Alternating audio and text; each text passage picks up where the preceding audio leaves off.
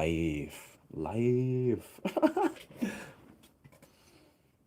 The moment that love becomes attachment, love becomes a relationship, the moment love becomes demanding, it is a prison. It has destroyed your freedom. You cannot fly into the sky. You are encaged.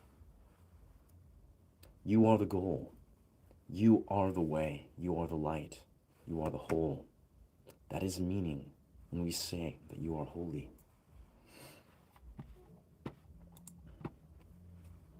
Drop the idea of becoming someone, because you already are a masterpiece.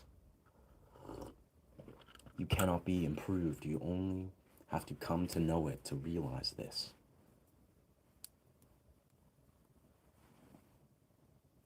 Welcome, friend.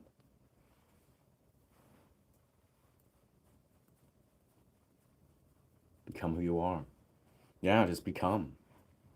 Osho nailed it. He really just like honored this process of just letting people return to their individualism. You know, that really is the simplest truth.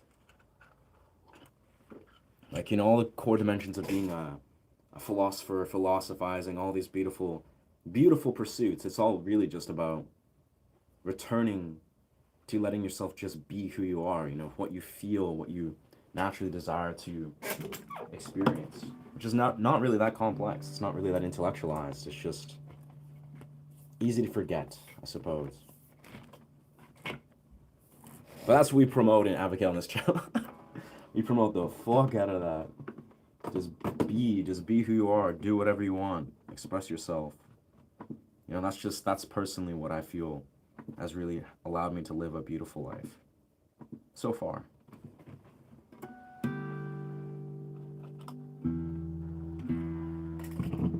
Whoa, I really need new speakers.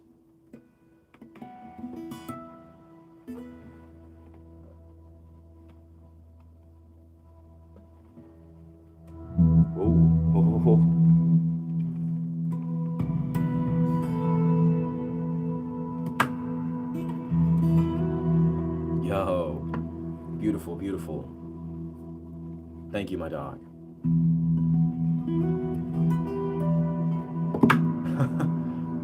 So great.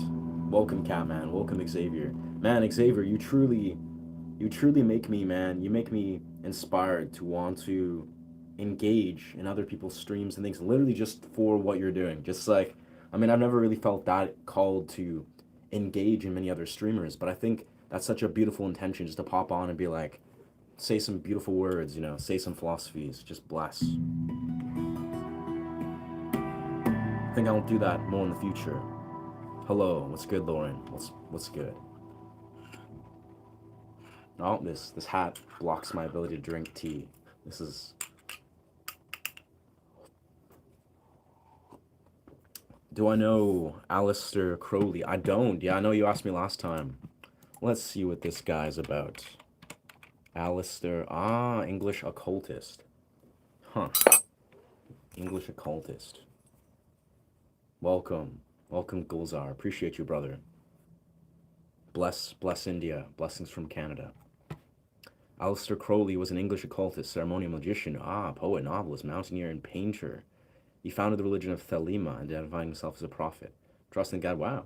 All right. He's got a cool hat, I must say. Aleister's got many cool hats. So he's got that going for him. He's got some super dope hats. So he's an ancient magician type from 1947. So not even that ancient. Wow. Very interesting. What are your thoughts on Aleister? Working slowly but surely. Blessings, brother. Of course, you know, we're humans, man. We're humans. We gotta trust and honor the human experience. We gotta ride these human highs and lows. Can I sing an Indian song? Unfortunately, I don't know how to perform any Indian songs, yeah. I primarily just do improv here. I teach music.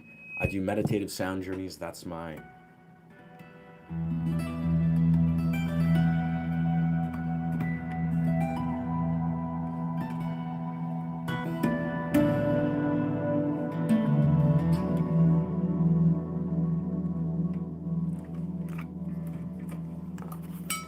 I And I just do many things. I just hold space for randomness, for stuff. Leon Redbone vibes. Interesting. Redbone vibes. I'm sure I could somehow channel that. I'm not sure exactly who Leon Redbone is, but maybe I'll give him a look in a second. So he said, do what thou will and shall behold the law and will be under love. But remember that right. I respect any person throughout history, not any person, but that is philosophical. That's like philosophical, that's trying to really like reach truth, that's trying to, you know, enter something. Because I think too, like, you know, fellows like Aleister Crowley, he feels like he's someone from the 1940s. Like, I can only imagine, you know, the way 1940s, how indoctrined, how programmed things were. You know, it was a very difficult time.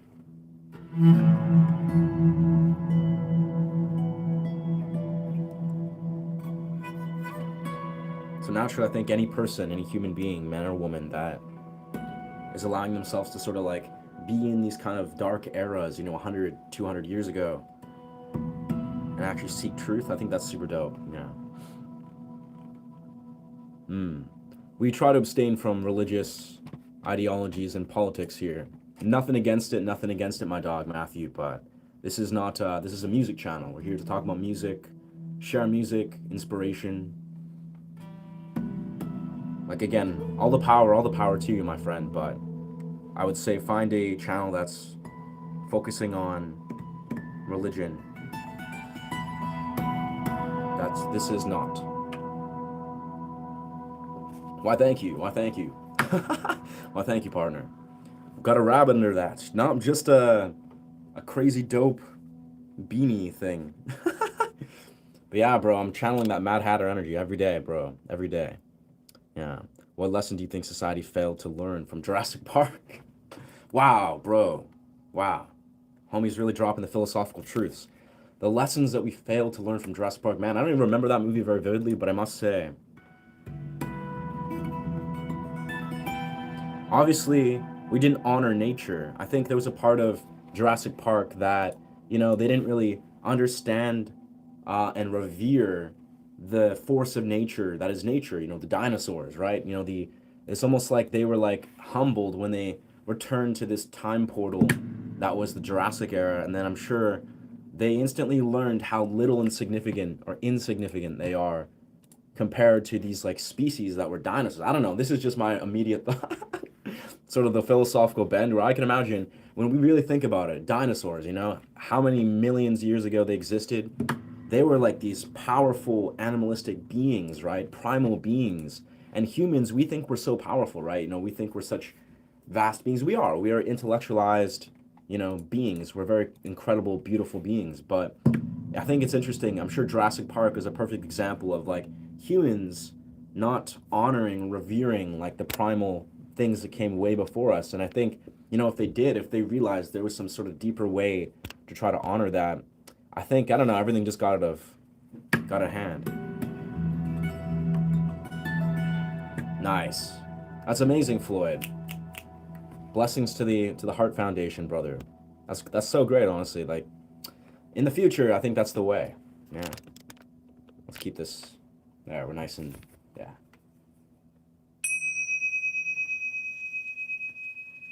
Yes, sir. Yeah, no, I was waiting for people to come in, I was just like reading off some Osho. And man, there's just so much amazing Osho. I mean, I speak of this very openly. A man who's 100% sane is dead. Yeah. That's right, Osho. The one you're looking for is you. The whole world is nothing but a mirror. He's just, man, the man just lived a very interesting existence. Like, he was just such a devoted, philosophical dude. Do you know Rocky Road, Dublin? Honestly, never heard of that, my guy. Let's keep this bass a little bit controlled.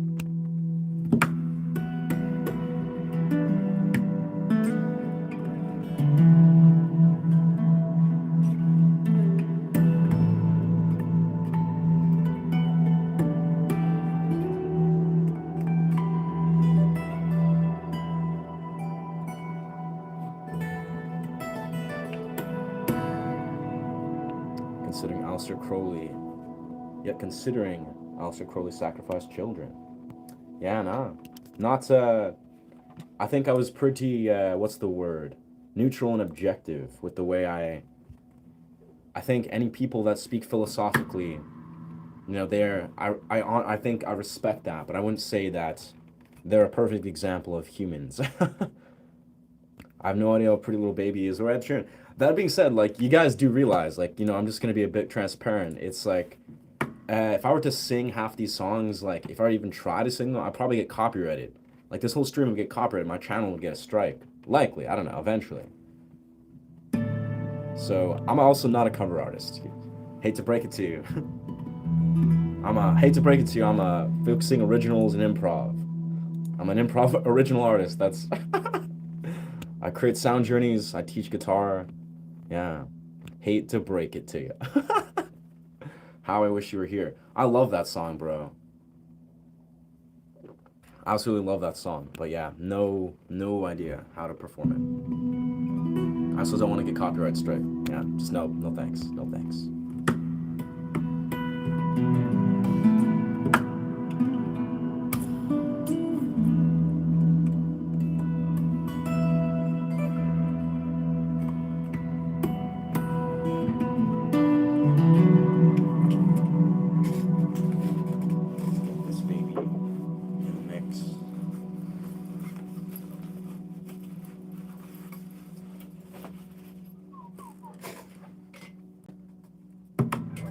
Sweet. Thank you, friend. Bless Poland. Poland seems like, that's actually crazy. This is from Poland. See, it says here, right here, from Poland.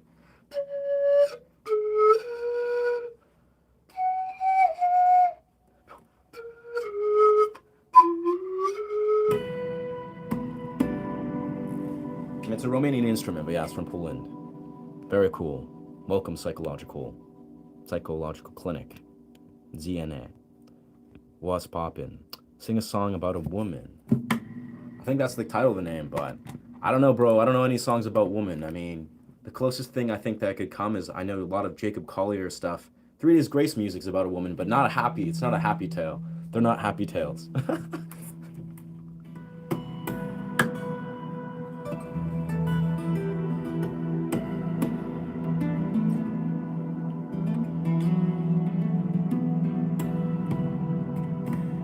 That being said, for any of you guys that are guitarists, any of you guys that, if you're a guitarist, musician, whatever, or pianist, for one, shout out to you. You're doing great. I commend you. You're killing it. But also, if you have any questions about learning guitar, any questions about learning music, if you're a beginner, intermediate, advanced, I would love to talk about that. I'd love to hear about your perspective. Most random shit I've stumbled upon all day, and I'm glad I did. Sweet, bro. Honestly, we aim for random. We basically always... I aim for novelty. It's my life's work, so I appreciate this.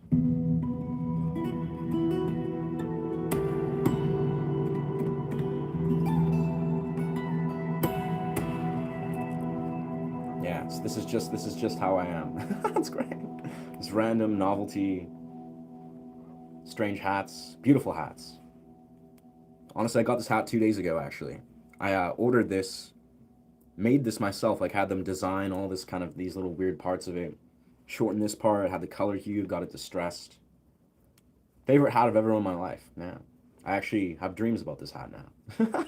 I dream and I have this hat on, it's great. Highly recommend it. So we're bringing back the freaking 1800s, man.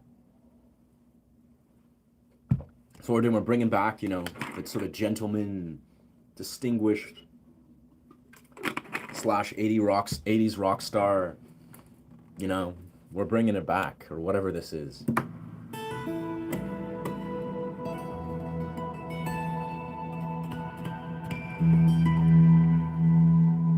We're just all about it. All right, Osho, talking about courage. If you love a flower, yes. Yes. Experience life in all possible ways. The good, the bad, the bitter, the sweet, the dark, and the light. The summer and the winter. Experience all the dualities. Don't be afraid of experience, because the more that you experience and the more experience you have, the more mature you become. Wow, I've never heard of that quote of Osho. That's a great one. I'm not a guitarist, but I own 5 guitars. I know 7 open chords. I mean, I hate to break it to you then, dog. You are a guitarist. Yeah, you are a guitarist. Maybe not like a, you know, devoted, lifelong, professional, whatever. Or maybe just, yeah, not professional, but you are a guitarist, my dog. It's inevitable. Sing sad tales. We don't really sing here much, bro. Maybe in the future, but I'm primarily a guitarist. I like to pop out instrumentals, create sound journeys. I can sing. I have sung. You know, I know how to sing, but it's not my chosen performance. And a lot of stuff, like if I were to be like, all right, let's perform this song, it's not very well rehearsed and performed, so I don't really want to do that. I appreciate the interest, though. In the future, absolutely, I'll be singing my heart out, but not right now. Couldn't imagine being a pianist. I don't get my lovely whammy bar and harmonics. That's a shame, bro. I mean, I've been really enamored with piano the last like 2 years.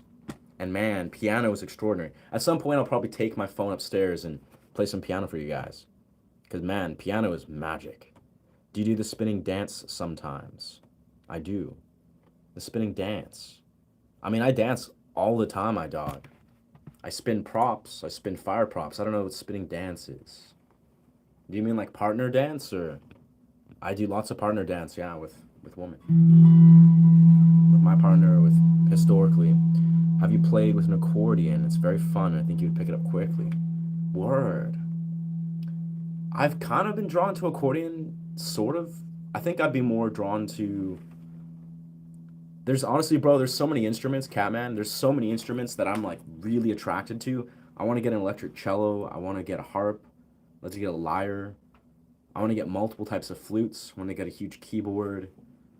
I want to get a violin, naturally. So yeah, I think a new instrument like an accordion would be a dope instrument. Hell, if I had an accordion in front of me, I would probably rock it. But truthfully, I have so many instruments that's just on the list. But you know, we're on the road. We're on the road to getting monetized. We're gonna probably, I'm saying 3 weeks. 3 weeks. Give it 3 weeks, maybe a month and a half for 4K watch hours, and I think I'll get monetized. So maybe I'll start just funding instruments. You know, I'll be like, all right, this is the time. YouTube will fund me some beautiful instruments to complete the whole circle. You know, YouTube will fund me to invest in more instruments, and then I'll just create even doper stuff. That's the dream. That's the circle of life. Play something, King. I got you, brother. I got you, brother.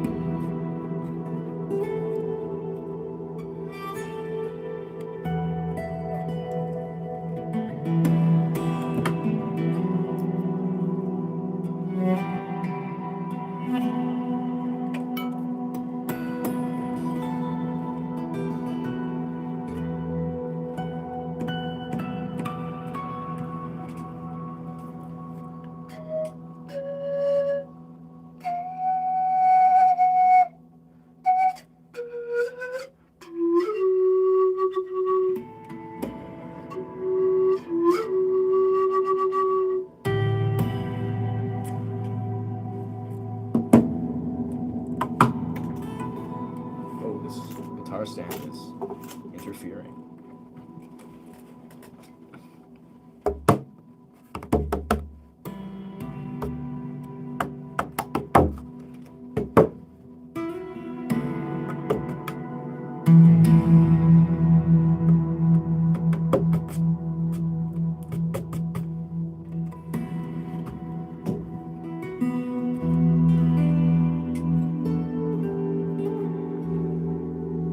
Got you.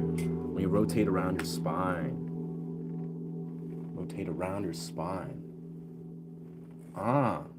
I mean, damn, dude. Yeah. I gotta say, I love rotations around the spine. Yeah. I feel you. Many different instruments. All them signs. Demonic. What? I might have to ask you to leave, Matthew. I mean, I don't know. I'm not sure. You can stay if you want, brother. You got free will, Matthew Scott. But I don't know. I'm not sure if you're my target audience, bro.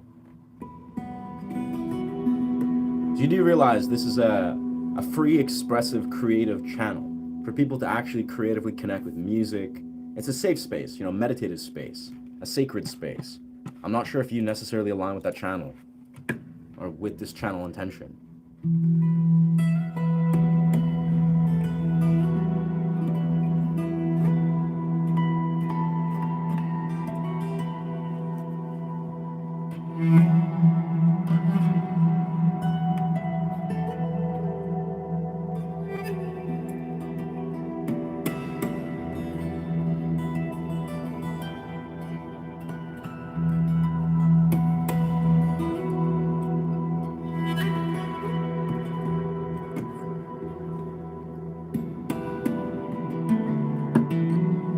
Want to hear something romantic, captivating.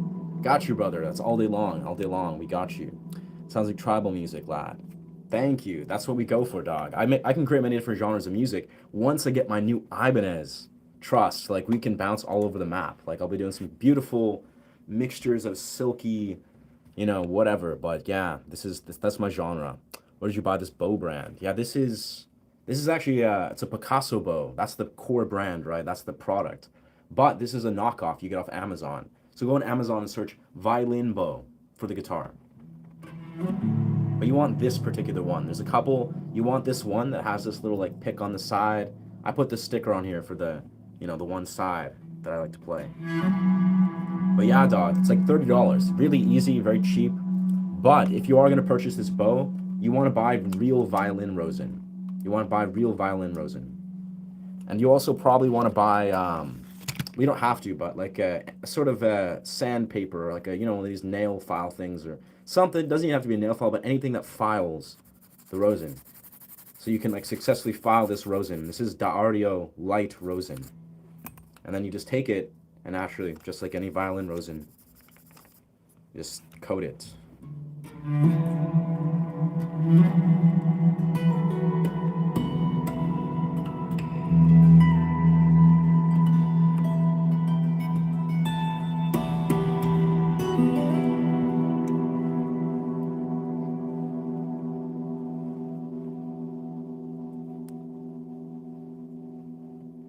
You know, I had this vision as I was falling asleep the other day, where I basically was thinking to myself, I was like, what if I become very fluent at creating like a visual field? You know, I've spoken this before. It's kind of like using what's it called?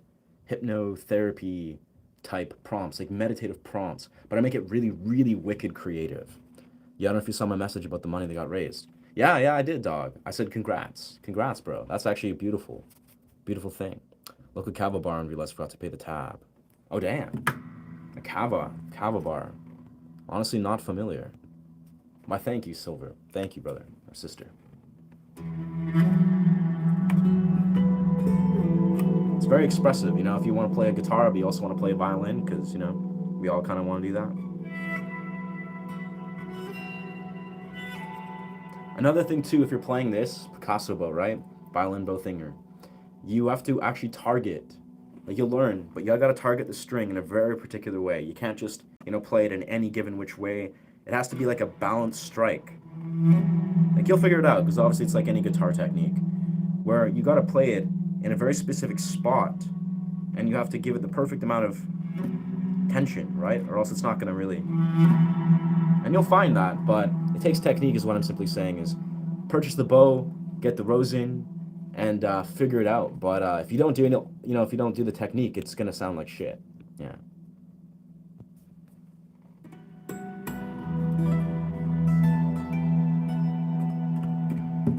Yo, we'd love to hear that, Floyd. Love to hear that, bro.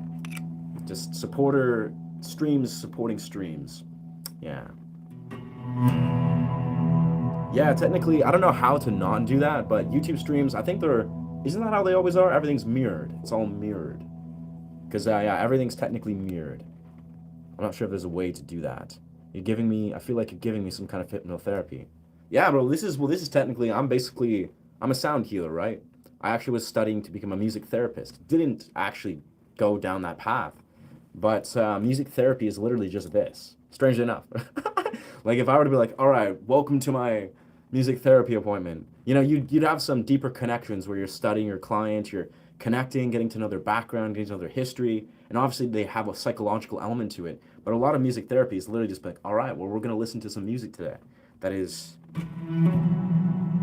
like deeply out of body. It's like a transcendental experience that allows you to just really connect with the deeper resonance patterns. So basically, try playing after a hit of salvia. No thanks. No thanks, bro. I've done salvia when I was like a kid, and salvia is not the move, bro. I don't know. I'm not sure why exactly you're recommending salvia, but hey, man, you know, each to his own. Finally got the first proper YouTube stream. Well, damn, congratulations, Elise. I'm confused. What's the not proper? What's going on in the other YouTube streams?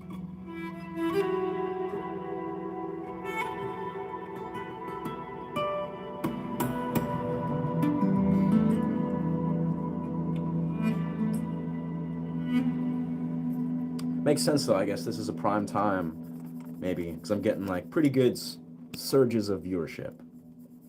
Yeah. No, I mean, it's a valid question, dog. I'm kind of curious myself how I can like somehow not have it mirrored, you know?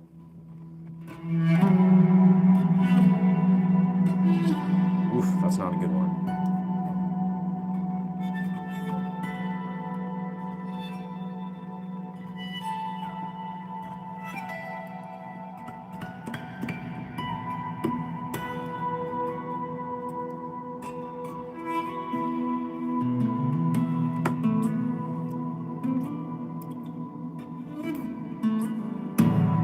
Yeah, but I'm trying to remember. I'm trying to remember exactly.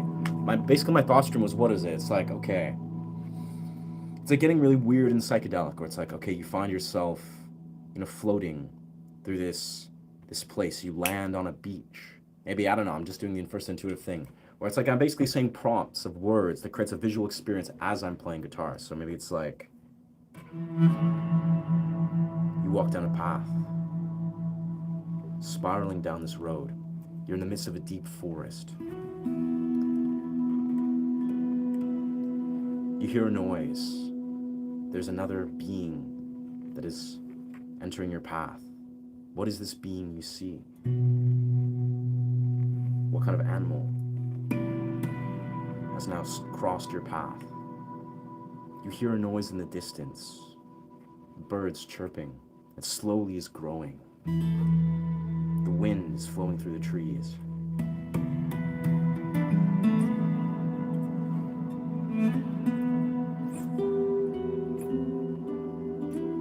As you progress down this path, you hear the sound of the water flowing. The current is bubbling. Suddenly, you can no longer hear the sounds of the noise of society. I don't know, something like that. That's kind of what I would do. Just intuiting that. I know, that's a good visual. That was a good one. That's where it kind of started. I was like, what if it's like you're on a path? So you go deeper down this path, deeper into this forest trail. Suddenly, there's 3 paths. Which path do you choose?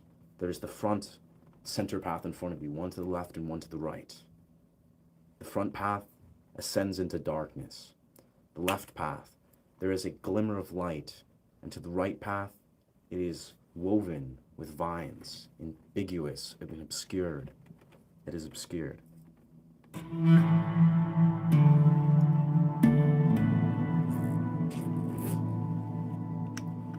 Just getting creative with it. As you find yourself progress down this path further, a rabbit jumps into your trail.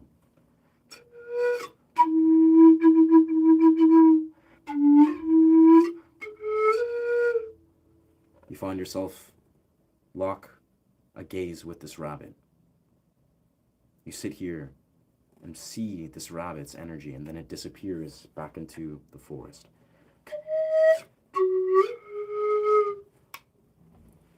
Very nice.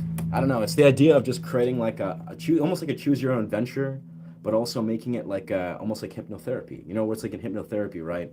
It's like there's that one movie, I think it's Fight Club, right? Where it's like in Fight Club, it's like they do that little prompt where it's like, you know, the main character's just chilling there, and like they're like, all right, you're going down into your cave. You go deeper inside of this cave. Which is like, I don't know if that's a prompt. I personally like the prompt I created out of nowhere, but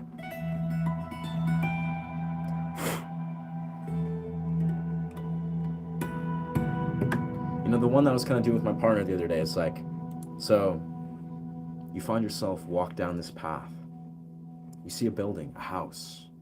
What kind of building is this? What kind of house is this?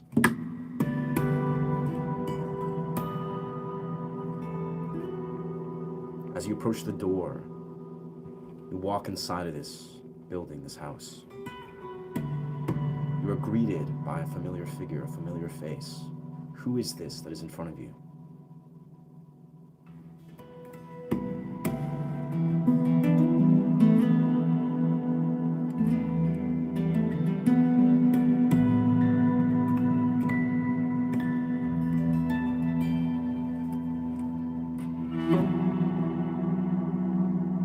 They invite you to sit down and they pour you a glass of something.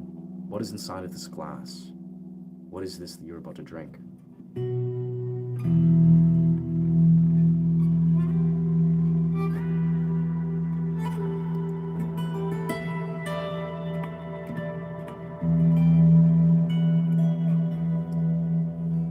Pretty vibey. Metaphysics, because it opens a limitless vast possibilities, must take care never to lose the sight of inexpressible. Yo, that gives me an idea. Thank you for sharing, Catman. I feel like one could get really, really philosophical with this. Like that's the direction I kind of want to go. It's like it's, you know, that's like there's a bit of mystique, a bit of you know, like almost like metaphysical energy in there. But like it's like, okay, you find yourself walking upon the path. You know, the path suddenly breaks apart in front of you. The stones that carve your path suddenly split into multiple different directions. Maybe there's a symbol on the other side of the rock as it flips over. What is this symbol? I'm trying to think, like, should I do it as like more of like an open interpretation, or more so make it like a crystallized vision that people can interpret? You know, there's like, maybe there's a dark red symbol with a circle and a line through it. As you lift this stone, you observe this stone, and then you feel called to keep the stone and carry it with you.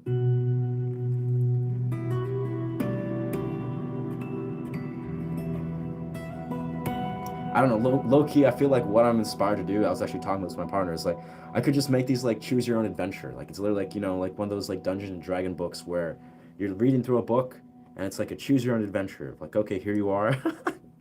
But it's like a meditative prompt.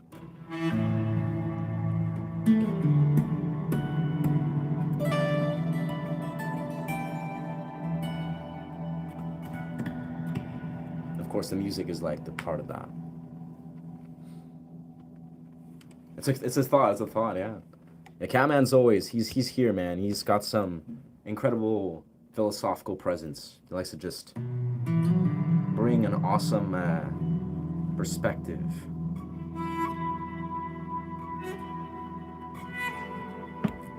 I'm all here for it. If anyone feels called to just like express philosophical truths, 1000%. You're in the right place. You're in the right place, my friend.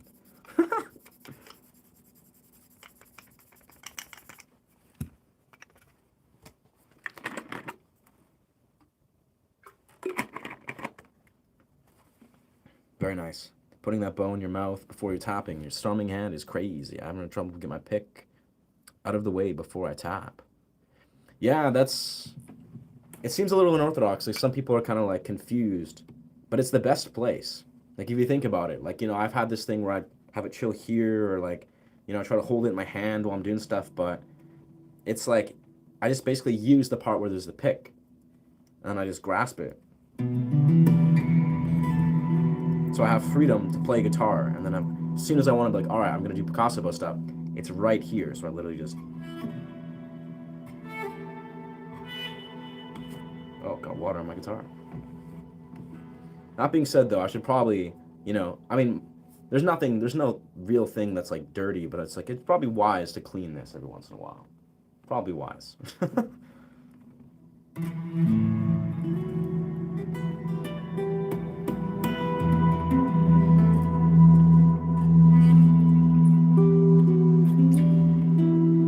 know, as you noticed, what I've found is with guitar especially, gotta do what feels right. Facts. Well, that's the thing, is you may or may not see that the way that I play guitar, create these like sound journeys, a lot of the way I do things is I'm not trying to do things that are necessarily easy or like the simplest way to do it. You know, it's almost like I try to, you know, think of almost like, strangely enough, it's almost the most difficult and challenging way that I can weave together multiple elements. Like that's what I'm attracted to. So, you know, if it's whether I'm being like here, I'm like, okay, I have one hand free. And while this is, you know, striking out,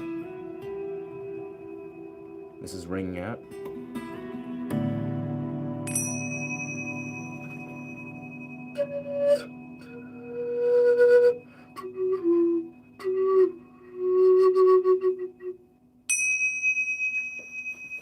And then I can kind of switch this maybe to this hand.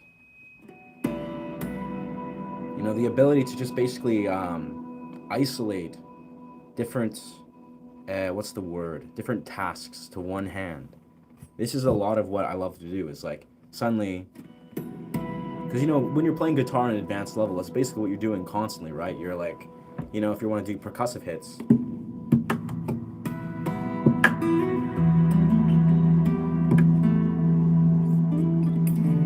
and even when you're just doing tapping, like you're isolating different tasks to different hands. And once you get really good at that, you can isolate anything, right? You know, this hand will do, it'll do its one hand isolated thing, and then this hand will do its own thing, and then I have a free hand to do whatever I want. If I'm just doing something like this, where I'm like, you know, free hand here,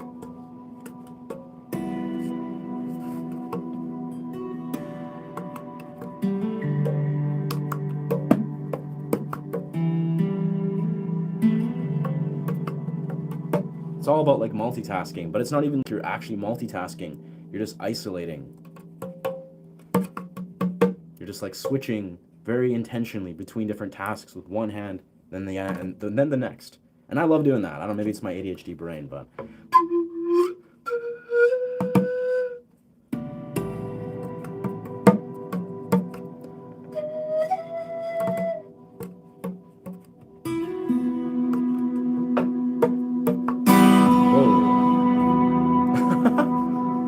that was not the move, but yeah. That was probably, I have a fake 3D printed guitar pick here, or thumbnail here. So I gotta get used to the way it hits things.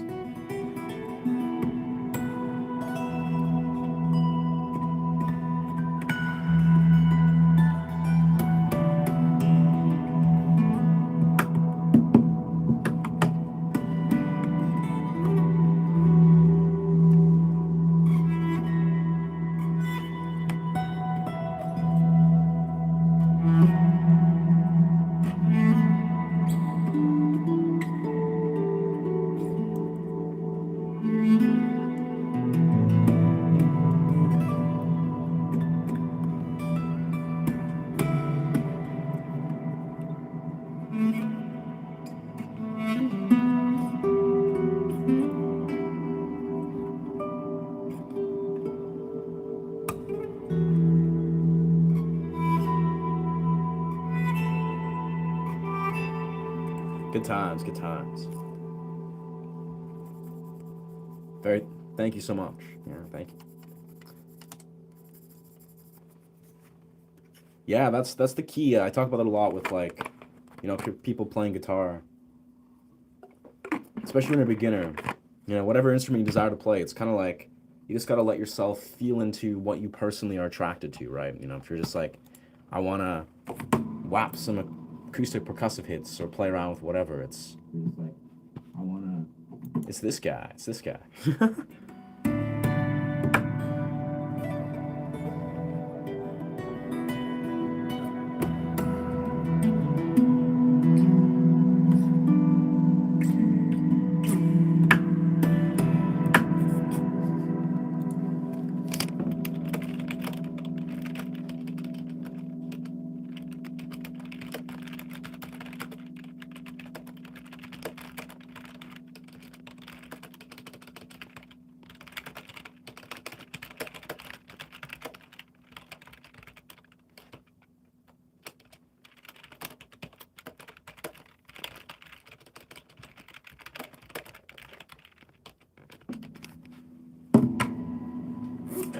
Amazing. Welcome. Welcome, friend.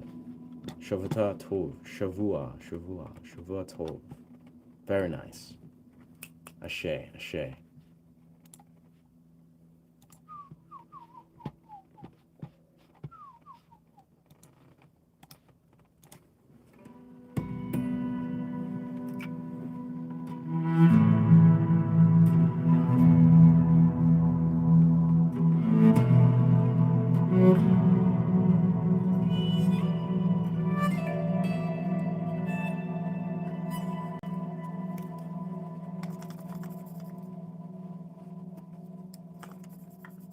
Love percussion. Myself as well, yeah. Meditations.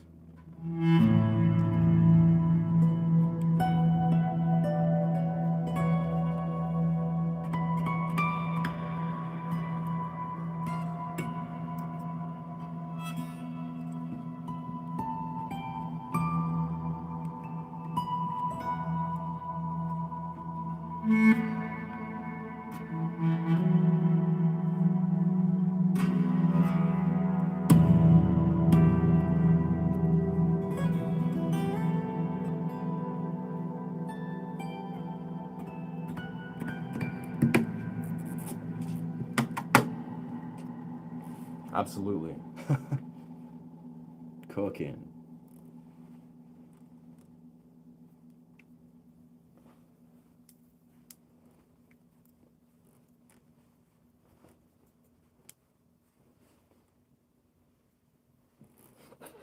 Fun thing to transition into.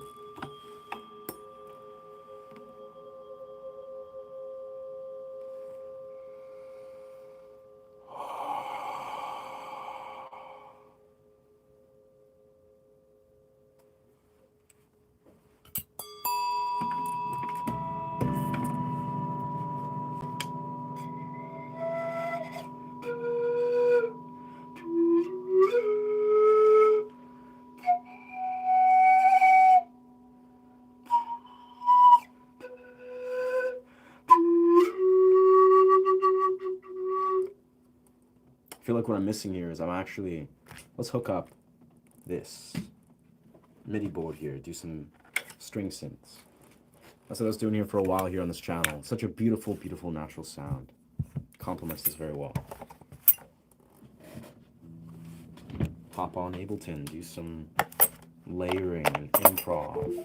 We always love, like, I'm in love with the piano as of late. Like, it's such a beautiful, beautiful instrument. And it's so fun to be able to use that sort of piano domain with this here. All right, let's open this up.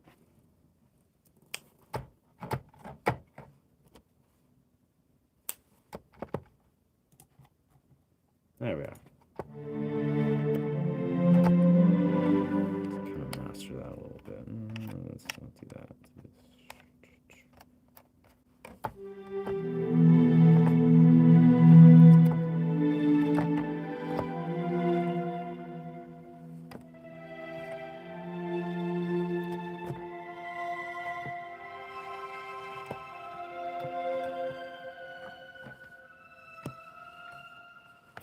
Do that.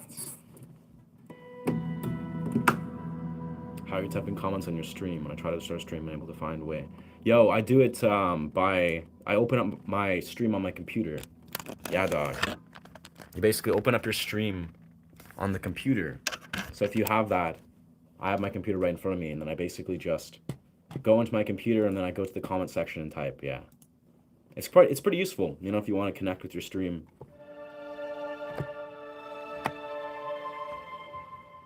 Turn that maybe a little bit down. I think the next couple minutes we'll head upstairs and play some grand piano for you guys, just to feel into that.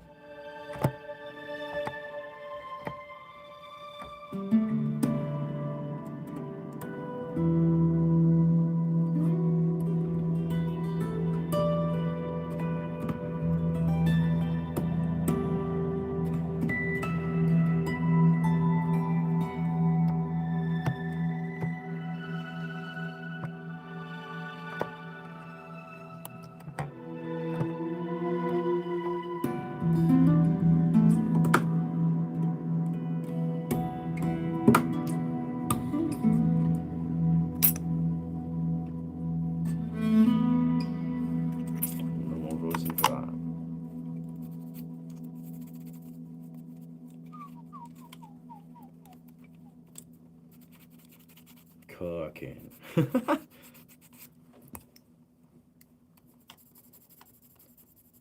Cooked.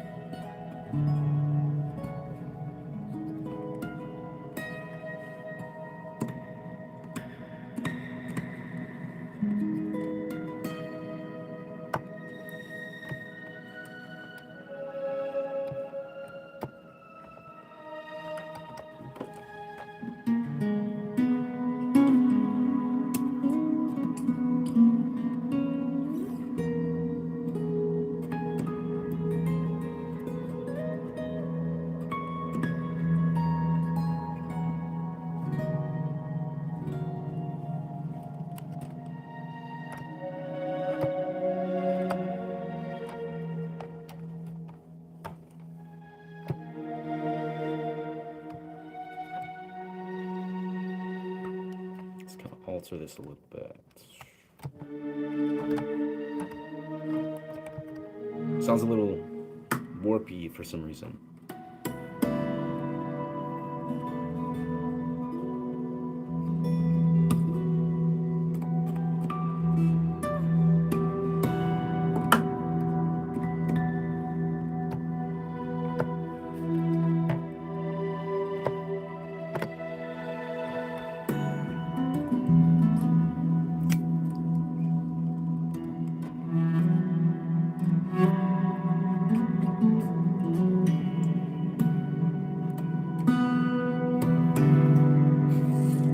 Figure out the way to attach this baby perfectly.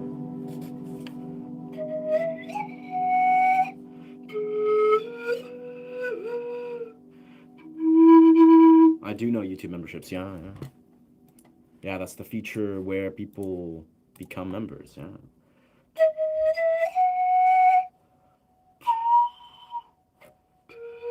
I'm kind of curious. I don't think I released a video recently. I don't think it did any. Okay. Oh, it didn't release. What? What? Huh. I guess the video that I put out, I released before I did the stream, it just glitched out, didn't post. Weird.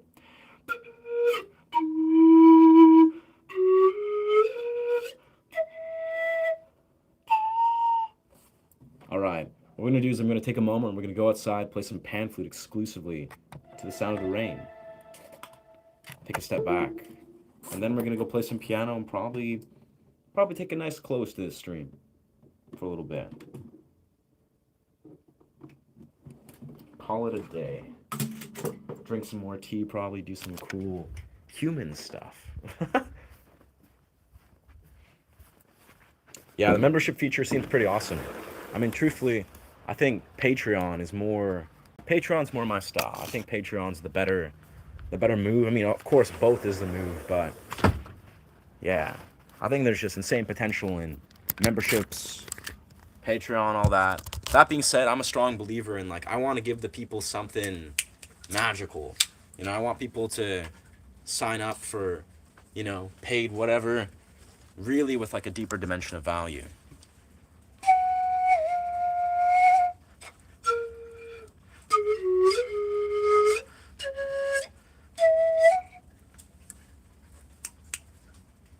Well, thank you. Thank you, OPT. Thank you, thank you.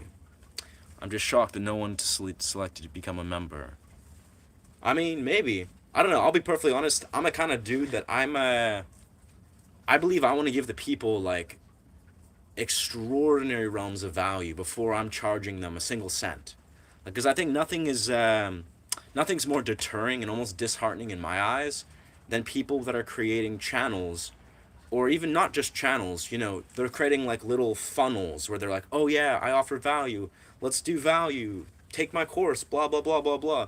That frustrates me to no end. I'm like, man, people are weird. And like, in truth, I think if I'm going to have people be like, hey, I'm going to pay you money to be a member or to, you know, be on my Patreon or whatever, I want to offer them like a true deep dive. I want them to know what they're supporting as a larger vision. You know, me as an artist, me as whatever. I want them to feel like, you know, they're receiving value for their donations or their memberships. So, yeah.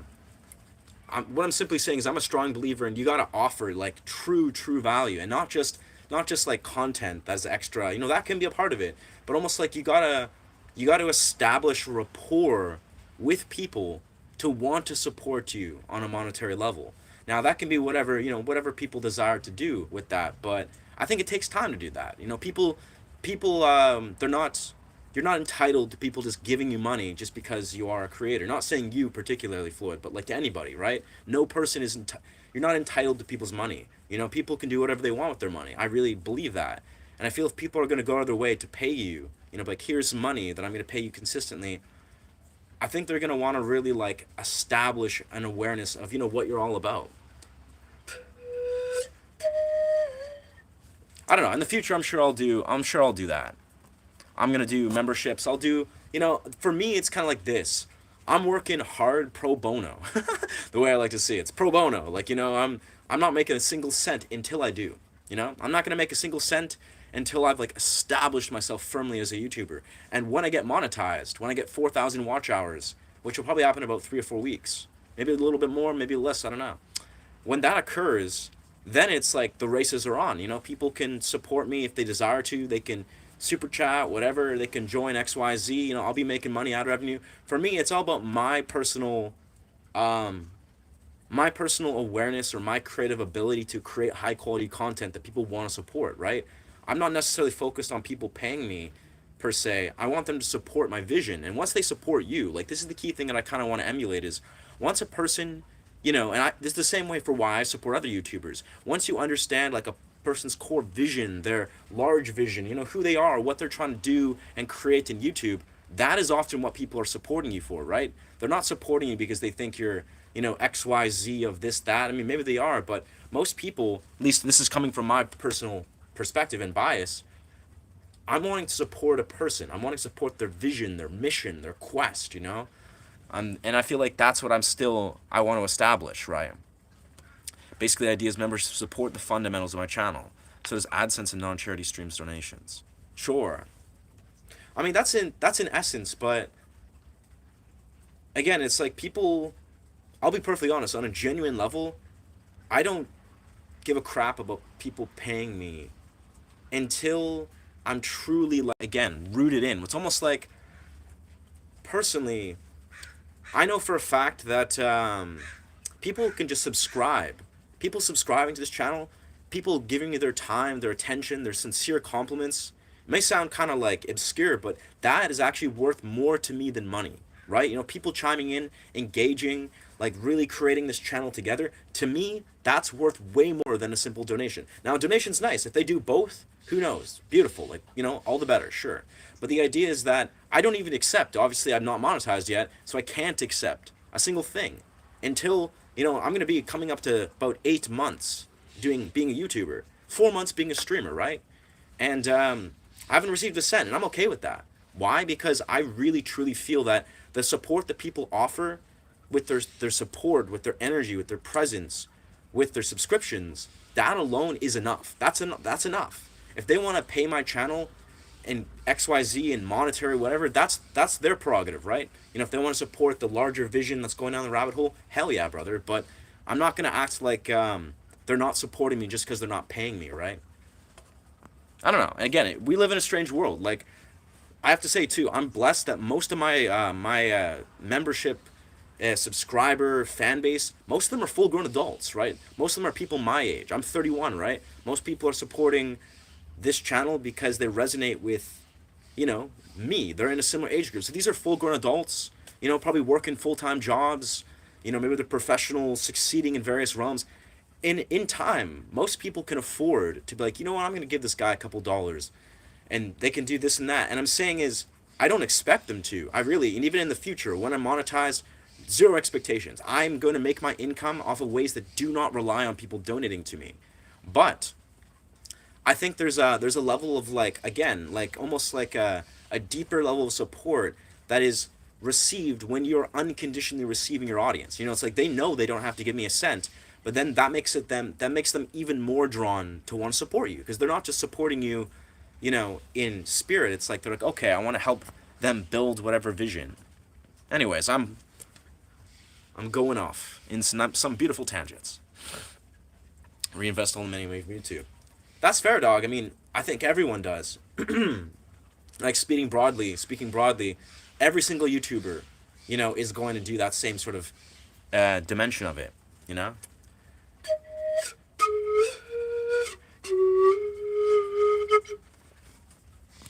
Yeah, no, that is it, psychological. Because, you know, you may or may not see, this channel has been the product of years of intention and vision. Like, the things that I'm doing, the model I'm bringing to this channel, like the core intentions of this channel, has very little to do with money. Now, yes, I do desire to be a full-time YouTuber. I want to be a nomadic YouTuber guy and travel the world. That's a part of my intention, and that will happen, I'm certain. But that's not going to change. It doesn't matter if I'm a big YouTuber, small YouTuber. It doesn't matter if I'm fulfilling all these dreams and visions. The reason why this channel exists is because I have a core intention. You know, I want to grow a community that basically is allowing people to empower themselves with, you know, connecting with music, be it if it's meditatively, be it if it's them creating music themselves, and even further developing a sacred context with the music. Like, that's what this whole channel is about. And this just happened. I didn't plan this out. This just kind of was a natural extension of how I've been living my life as a musician. And I was like, you know what? Wow, this has been the clear vision for me. And now I'm just extending that vision to a larger context. Yeah.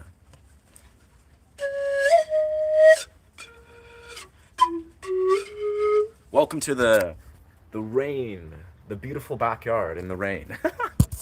Got the soothing sounds, brothers and sisters. People have problems building relations, so feeling alone. It is that, Miss Psychological, that and so much. Like, I think I speak of this very openly on this channel. Most of us, myself included, right? We have very dysfunctional, dysregulated relationships with our phones, with social media, right? We by default, maybe it's not you or I, but by default, most of us are programmed to basically feed this sort of like split. You know, we're feeling like social media is like, we desire some level of connection or communication or authenticity or, you know, basically connection at the heart of it. And social media often is reinforcing the opposite. It's making us feel more split off. It's making us feel more isolated, more alone, more confused, more fragmented. And part of what I'm trying to do with this channel, because this is why this channel is birthed, this is what it is for me, is learning to create a healthy, empowered, deeply connected relationship with your phone. You know, whether that's you being like, hey, you know what, I want to be a live streamer too. You know, I can hop on my phone, create intentional, expressive, creative content where you yourself are becoming a creator. That's also a part of this mission. It's like, it's not just about me. I want you guys to realize that you too can create an empowered relationship with your phone, as I found myself do, you know? And it is, yeah, it's all about, if people feel alone, that's an illusion, right? A lot of us, we need to just turn off our phones and go and experience the real world, right? We need to touch grass, so to speak. We're gonna be like, you know, go into the real world, look at people in the eyes, go on dance floors, go on beaches, you know, experience the beauty that is humanity. And another piece of that is also recognizing how we can empower ourselves and connect and unify each other with these tools that are right in front of us. That is the phone. That is social media. Let ourselves use these tools as they were intended, not the opposite. You're not being used by these tools. Yeah. It's a deeply woven veil. I could talk about this forever, but it's easier to embody it. It's more clear to show you what I mean.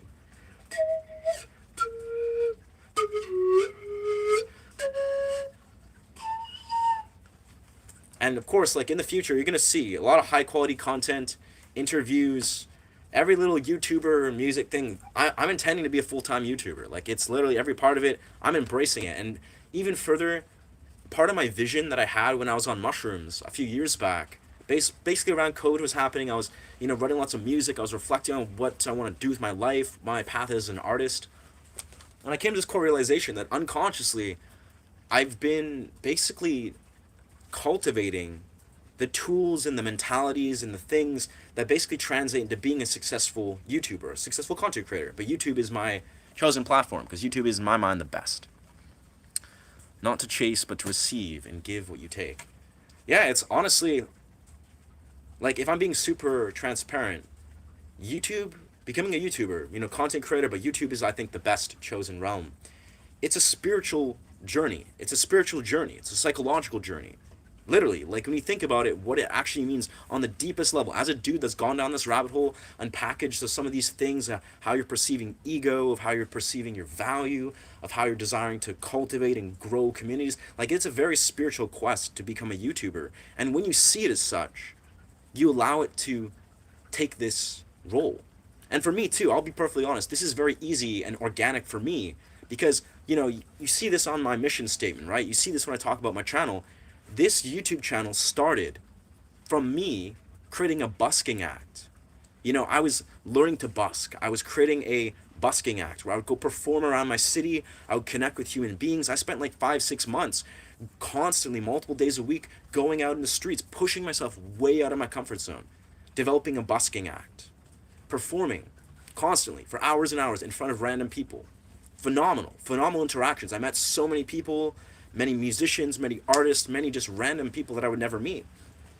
And long story short, this YouTube channel, being a streamer, what this channel is about, is literally an extension of this exact same intention. This is basically, I treat this the very same way as a busking realm, but even deeper. I can talk with you guys, I can dialogue, we can have philosophical discussions, we can talk about reality, we can talk about ourselves and growth and music and teach music, right? It's like, this is like a busking channel or a busking experience, but heightened, but expanded, but much more multidimensional. I can perform music for you guys, but I can also engage and create a deeper portal. So for me, it's like, this was clear as day. This is a natural progression. Compared to going out and sitting in the streets for hours, performing, meeting strangers, this is a walk in the park. Like, this is nothing compared to that. And in the layers of discomfort. But of course, it's much richer.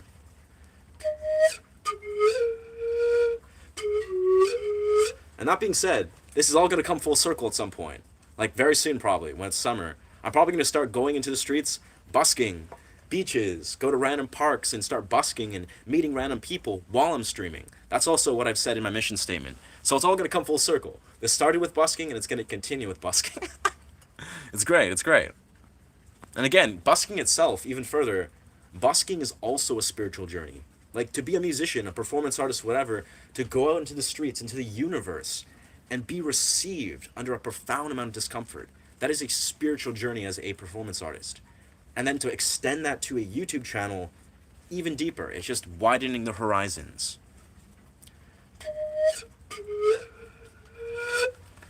They were maybe intended as a psychological operation. That's just my opinion.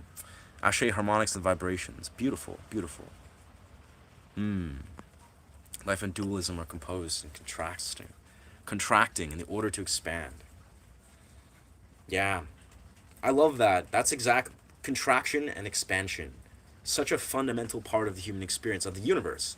The ebb and the flow, to contract, to expand, to create the frame, to release the frame. It's just like, it's the dance of the universe. Yeah.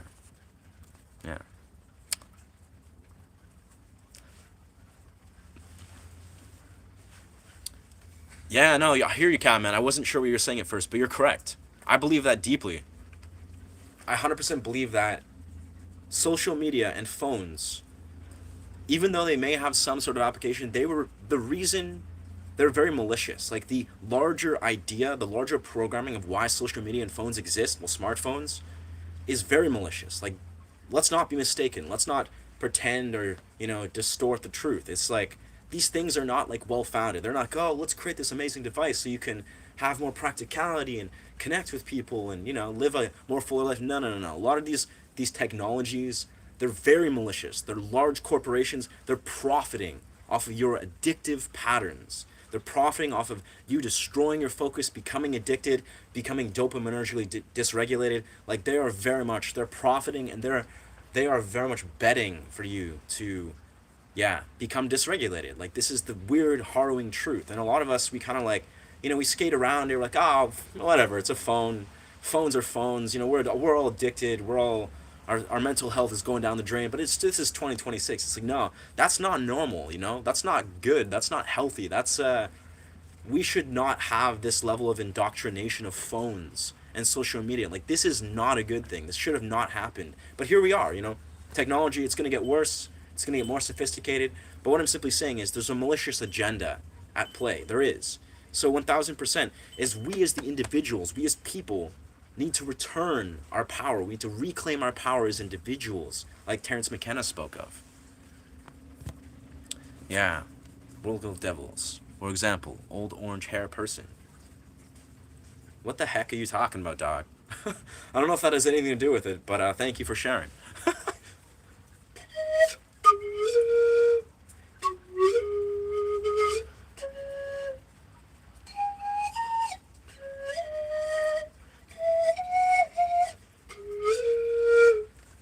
Yeah. We're the last gen that didn't have his little children. That's the thing. That's exactly it, dog. Like, you're the same. Yeah, you're 29, right? I'm 31. We're like same generation.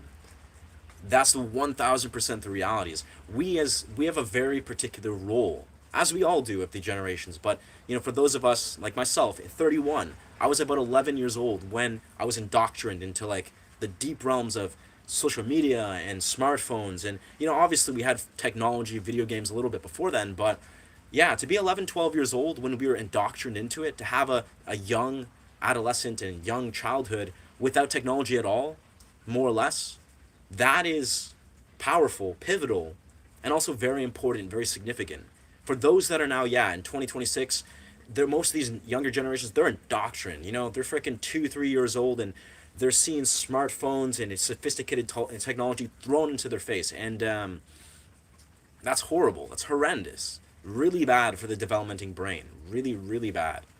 And yeah, so we have a role, as adults. Obviously, the older generation as well. Naturally, they're in a very incredible position where they have wisdom, they have knowledge of being, of maturing their psychological models and development when in a time where we weren't indoctrinated in technology. So, for a guy like me, I feel like this is my responsibility in many rights to like lay it out as it is. I write music about this. I freaking talk about this stuff often where I'm like, hey, like, technology, bro. Like, this is not our friends. Like, this is a thing we got to talk about. We got to have these conversations. We got to realize that there's some malicious things going on. There's malicious programming going on, and it takes a profound amount of conscious awareness and strength and perspective to be able to penetrate this conditioning. Like let's be real here. If you're just sitting here living your life in defaults, just living in a sort of what's the word? Like I always forget this word.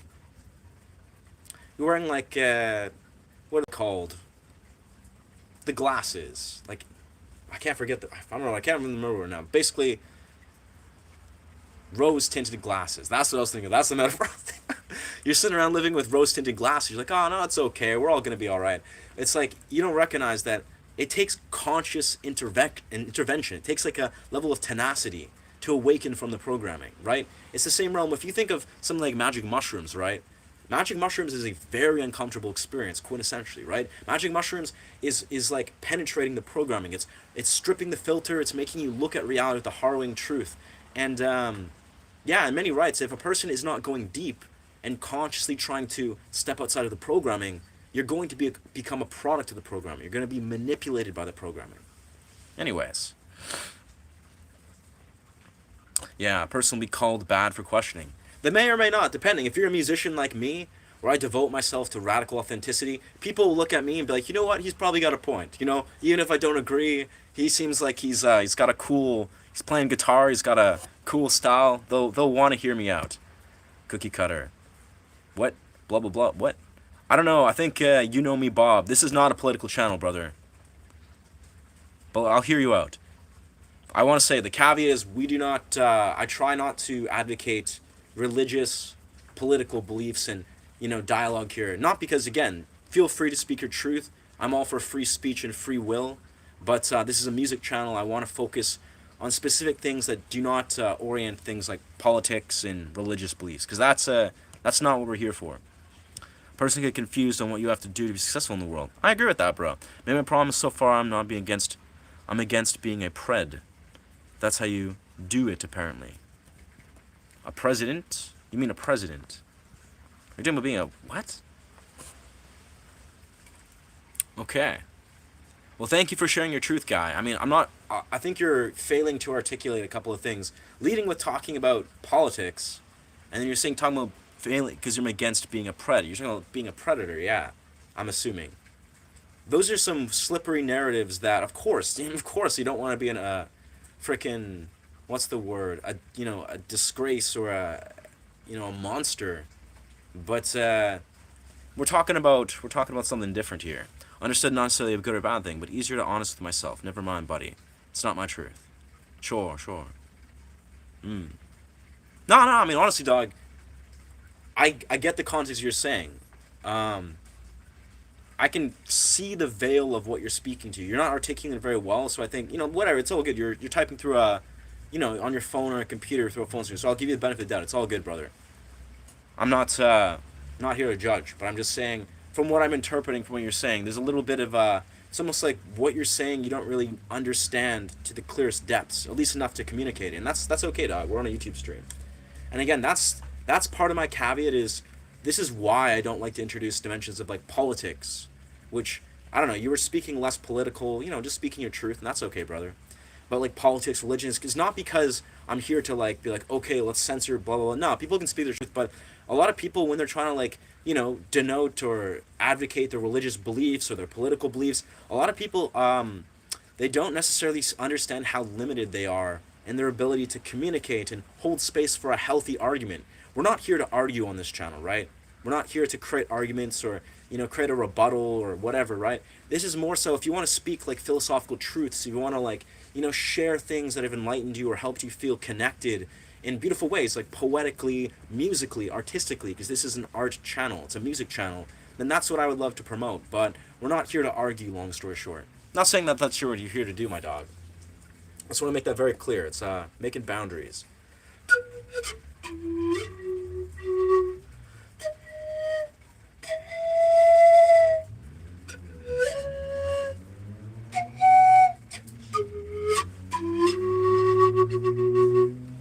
Yeah, thank you, dog. I appreciate that. I mean, I'm in many regards here to hold space, to play music, to talk about things that really have helped me, inspired me, with the hopes that that's, planting perspectives within you, making you feel confident and comfortable and giving yourself permission to speak your own truths. But I think the things that I want to center around is, stuff that sort of fits the subject matter, things that aren't argumentative in nature. Like, if I could summarize this in a very simple thing, is the ancient philosophers, right? The ancient philosophers understood the role of arguments, right? A philosophical argument is not what a modern argument is. And some people think an argument is like two people with conflicting opinions and we're just going to do whatever people consider argument, quintessentially. That's not what an argument is. The ancient philosophers like Aristotle, Socrates, who had literally had a philosophy academy that would come there, bring together minds of conflicting opinions to argue. Philosophical arguments are very different from a lot of people think. And I think a lot of people in the modern context, they often forget this. They forget that the point of having an argument is because you recognize that not only is there not one truth, but we both have truth. I have truth, you have truth, and the reason why we're arguing is to come to a deeper understanding of each other's truth. We're not here to be like, oh, I'm right, you're wrong. That's not what an argument is, quintessentially. At least not an ancient philosophical argument. It's like we as people, as men, as philosophers, we're to get to this place where, okay, you have some truth, I have some truth. Let's see if we can now express our truths to come to a deeper understanding of these truths, right? We're not here to be like, oh, but I'm right, you're wrong, blah, blah, blah, blah, and get emotionally entangled. That's, in my mind, that's not what people do. You are in the house of the cherry oaks. Whoa, whoa, whoa, whoa. Thank you for sitting yourself out, Guylef. You're an exactly example. I love it. Look at this. We have ourselves a strong example of exactly why I don't invite people that are trying to, just project their political agendas and beliefs. Yeah, look at this. Guylef, thank you for being here, brother. You're a shining example of exactly what we do not invite in this channel. Thank you for revealing yourself, for projecting your political ideologies, and you're revealing your hand very beautifully. I thank you for being here, brother. You can see yourself out.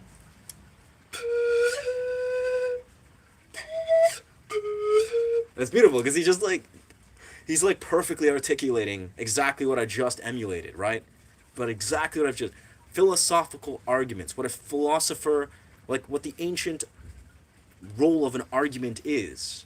An argument is not what this fellow Guylef just did, like, let's pop on, oh, you're right, I'm wrong, blah, blah, blah, or I'm right, you're wrong, etc., etc. He's not arguing. He's not doing justice to his belief.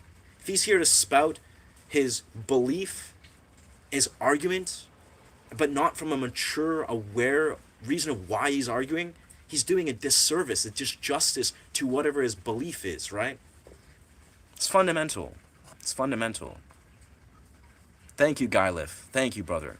You're articulating this perfectly. You're like, what's the word? Let's give him a 10-minute timeout so he can come back in 10 minutes, but I love that, though. I love that in the deepest regard, where it's a win-win when people who are, let's say ignorant, but let's maybe not use that word. Maybe people that are projecting, they're going to project this level of, like, ignorance, if you will. It's so beautiful because they're revealing exactly sort of what we need to see. They're revealing what they need to see, but also us as, as people that are trying to basically set our boundaries and sort of crystallize our awareness. It's showcasing exactly this. It's like people are basically just embodying their projections, and they're embodying it strongly, so we can see the contrast. Absolutely no fights, conversation for equal understanding of truth. It really is that way. Use flute thinking. Yeah, what's good? Yeah, the flute is the energetic mediator. That's the thing is you probably won't hear this. You won't hear this, sadly, in many places. It's a very underutilized instrument.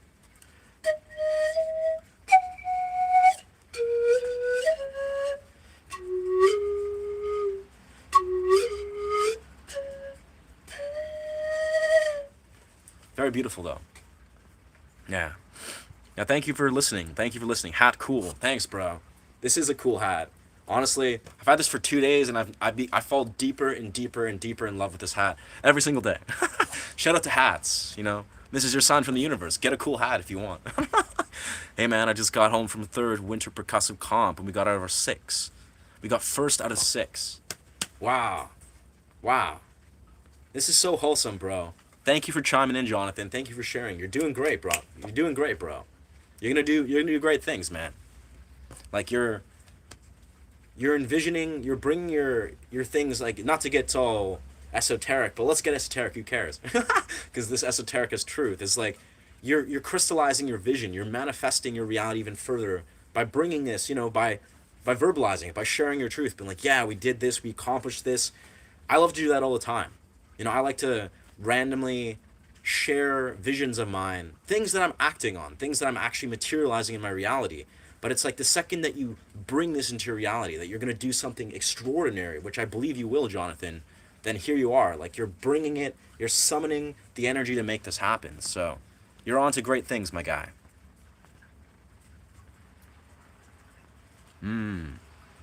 Are you into synths? You're like a physical analog. I'm very into synths. Like, I use a MIDI board, so synths on Ableton. I have good friends that are brilliant at digital analogs. I'm I'm not that good of a sound engineer. Good men can disagree on the details. Yeah. I mean, yeah. Yeah. Yeah.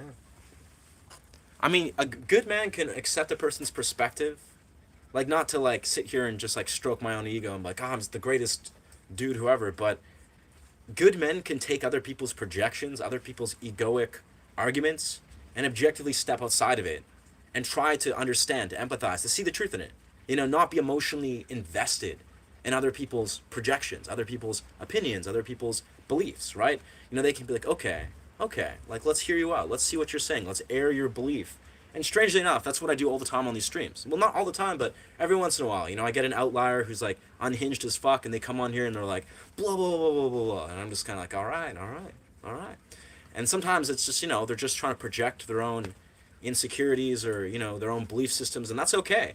You know, I don't like to sit time out people. I don't like to ban people from my streams. At least not immediately. You know, in time, if they're wasting the comments, you know, space, then of course. But I like to give people space to breathe, you know, talk their projections out. More than not. You know, if I'm having a day where I want to focus on creating music, maybe I'll have less patience. But I like to let people air out their beliefs to sort of understand where it's coming from, you know, if it's well founded. Like, if they're just like, hey man, blah blah blah blah blah, and maybe it's just like some sort of outlandish, unhinged shit. Sometimes I'm like, okay, all right, like, here you are, like, you're revealing your hand, you're trying to project whatever you're thinking. Let's see if there's any merit in that. Like, let's see what you're really trying to say. I think that's also a hallmark of a good facilitator, right? Anyways, I was missing some comments. Good man, yes. Disagree. Yeah, synth rock, bro. When I was homeless in frozen Montana, word, I finally had gotten a job working back in the bar. It wasn't too long before manager noticed something was wrong, only on day 2. Bro, jobs suck. Like, let's be real here. Like, jobs, working 9 to 5s, people, man, there's a billion reasons why people can create work issues. I mean, some jobs rule, I'm sure, but I had a Peruvian friend that played the pan flute very well. That's beautiful. Shout out to your Peruvian friend. Yeah. Man, some people, I swear, pan flute is a perfect example of some creative disciplines, right? There are certain creative disciplines where they're so rare and so difficult to do that the people that decide to do these things, like the sear wheel, I don't know if you know what the sear wheel is, C-Y-R wheel, the pan flute, I'd say advanced guitar, fit in these categories, right? Where it's like the type of people that devote themselves to these types of instruments or whatever the discipline is, they're very specific types of people. Like, you can see it. It's like inevitably, universally, if a person is going to go out of their way to engage in something that has a very naturally high learning curve, this says a lot about the person. And just by default, I've noticed that these people are quite respectable, quite, well, disciplined people. So that's sick, dude. Hello, my name is Angie. Welcome, Angie. We're just chilling. He decided to fire me, and I remember the talk when I was being fired. He told me, I said, but I need to be able to afford my ADHD medication. He said, I don't give a shit. When he told me, I said, I was being fired, but I remember when the talk when I was being fired. He told me, I said, yeah, that's harsh. But, yeah, I'm not, unfortunately, like, in the saddest way, that's, like, not too uncommon. You know, job constructs, most 9 to 5s, like, you know, there's, like, a quintessential quote, right? You could die tomorrow, and your job will probably just throw out your resume, or they'll put out your job position out to Indeed the next day, and the world will move on. I'm paraphrasing here, but not saying that's for everybody in all the case, and that's the universal truth, but that's the sad reality. A lot of these jobs, they don't give a shit about you. And I'm not trying to be, like, you know, nihilistic or, you know, overtly blatant, but that's the sad reality, is a lot of these jobs see their workers as replaceable. They really don't have a deeper level of value. They don't value their employees. And I'm probably preaching to the choir. I don't work a regular job. I work in the film industry. The reason I work in the film industry is because a mass majority of the time, everybody values the shit out of each other. Like, that's just the default. Doesn't matter if you're crew. I mean, maybe if you're what are they called, an AD or something, people will kind of value less, but most actors, like, they value the shit out of each other. Like, they really do. I mean, it's a person to person basis. Sure, some people are like, oh, you're just not my type of person, but yeah, I think it's harrowing how most standard job models, they do not value you. You're not valued, and it's a sad reality, at least by default. Yeah, looks like you can't help me with anything in Walmart. Wow. I think you're right, Jimmy. I have no idea what the fuck you're doing in Walmart. If I switch off this, I get crazy people. Wow. That's crazy. Well, I'm glad I'm helping introduce some some sanity, some authenticity in here. Yeah, I don't know. I'm not very confident in my fellow live streamers. I don't know what's out there, what other live streamers of YouTube, because anyone can be a live streamer. Anyone and everyone can be like, hey, I'm walking down the street talking about nothing, and they can just like get an audience for some reason, and that's their prerogative, I guess.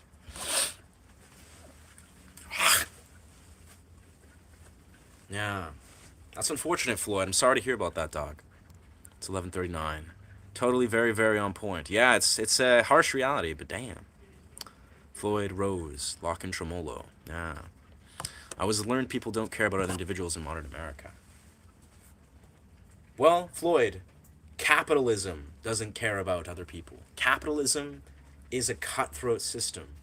Materialism and capitalism, built on fear, built on survival mode fear. Yes, that doesn't care about. People do care about other people. But most people are frozen and locked into capitalism's grip, to materialism's grip, where they're like, oh, it's you versus me. I gotta live. I gotta survive. It's like most people are locked in some fucked up programming. People do care about you. They care about each other. People do want to inherently, most people at least, not everybody, they do care about their fellow human being. But capitalism, the idea of, oh, it's me, I gotta conquer you, it's my conquering, it's my, capital value versus your capital value, whatever the fuck, I don't know how it works, I'll be honest. But capitalism is a bitch. And I'll be honest, obviously, a lot of the world operates on capitalism. Not everywhere does, right? Not everywhere is fixated on capitalism. Unfortunately, America, again, I don't know, I'm not American, I can't speak for the greater totality of America, but it seems like they heavily fixate the fuck on capitalism. Canada too, absolutely. Canada's a crazy ass economy, but I think it's, if I'm just speaking, riffing and being intuitive, people do care about other people. It's these weird dominator cultures and systems that have been developed out of greed, and that are basically, these are what is birthing this kind of atrocious behaviors, these atrocious models of a system that's trying to basically create this like weird hierarchy. And yeah, I could talk about this all day long, but I don't know. I think there's better things to focus, fortunately. What? I can't tell if you're roasting me, but I'm just gonna keep it real. Very important. You sound like how I roll. Appreciate you, Natasha. I'm just a dude.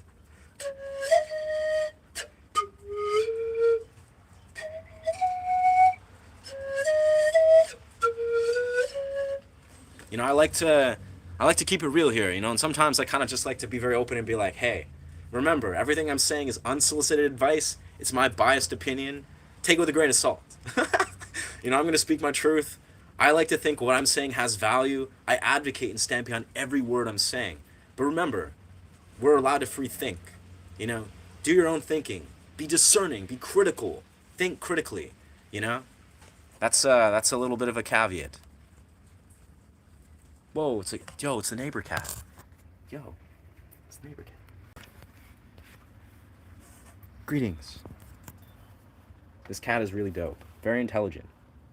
Very unorthodox, though. She doesn't like many people.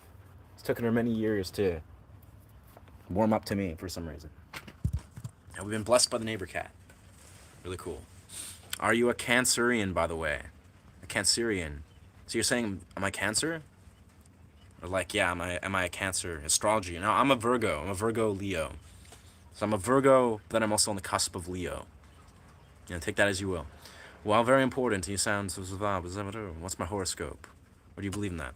Yeah, I'm a Virgo. I'm a Virgo on the cusp of Leo. So, from what I understand, from what I've interpreted, And apparently, I don't know, I don't know astrology very well, but my one friend who does know astrology, and she's a gem, she's a pretty smart individual, she's told me that I'm a Virgo, like through and through. That's my energy. But the moon, or the rising moon, or the rising sign is actually, I think I'm a Pisces or something, a Pisces rising. That is representative of the deeper nature of why I am the way I am as well, like creatively. As I've understood it, I don't know. I always thought I'm a Virgo, which is an earth sign. You know, I'm very psychoanalytical, very disciplined, very whatever, right? Intellectualized. And then I'm also a Leo. So Virgo with the cusp of Leo. Leo being a fire sign, very fiery, very tenacious. And as I've understood, it's like my highest expression of self is very fiery. So I'm very methodical, I'm very intellectualized, very introspective by nature. But then my higher, my higher sign that I channel from the Leo is fire. I'm fiery, which checks out. So I don't know. I don't know much about, I'll be honest, astrologically, I'm sure a bit limited, but that's how I understand it. A doctor came through to school when he was 6 or 7 quietly watching the students for a short moment. They decided to be sent to the mail to the parents by pushing for whatever meds they're pushing. Wait, what? Watched the students for a short moment, decided which ones were to be sent mail to the parents, pushing for whatever meds they're pushing. Oh, that's horrendous. They shouldn't be doing that. Like, fuck that. Like, hell, I can say, as a guy, I've had ADHD my entire life, being diagnosed like 4 times. To this day, I don't even really know if I have ADHD, and I think I probably do, but I was so effective at mediating it and treating ADHD naturally. That is, I've been a musician since I was about 9 years old. Like, that's when I first picked up a guitar.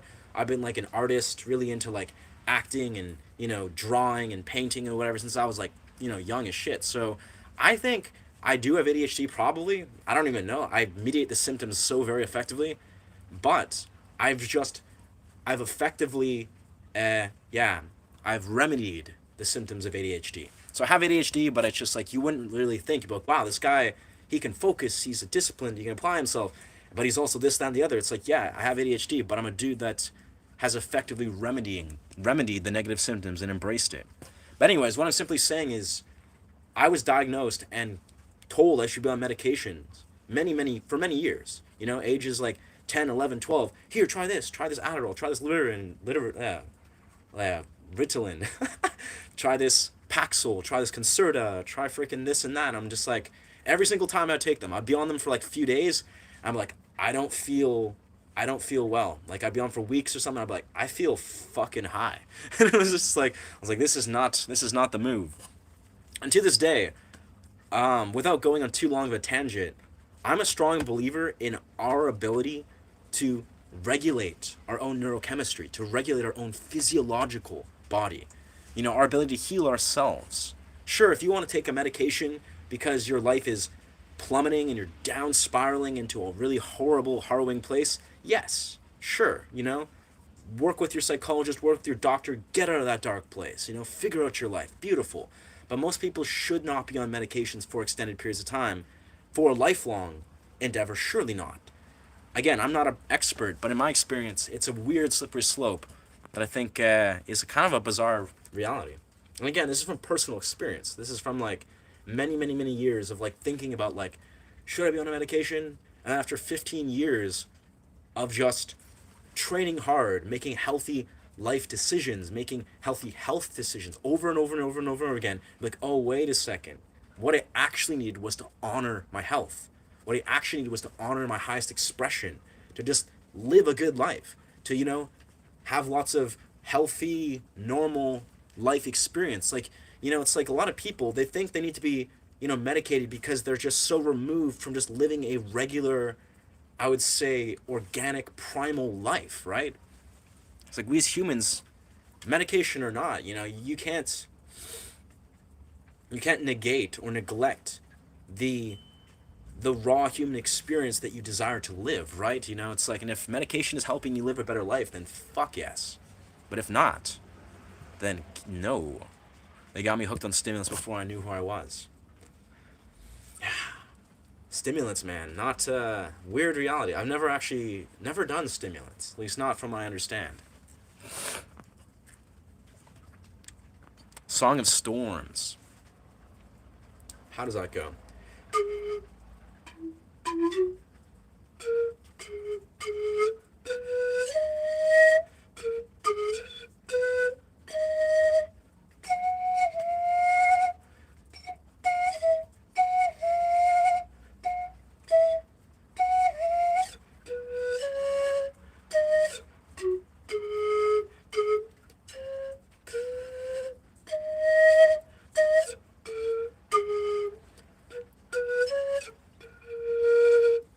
I could probably do it in a different octave and it'll be easier.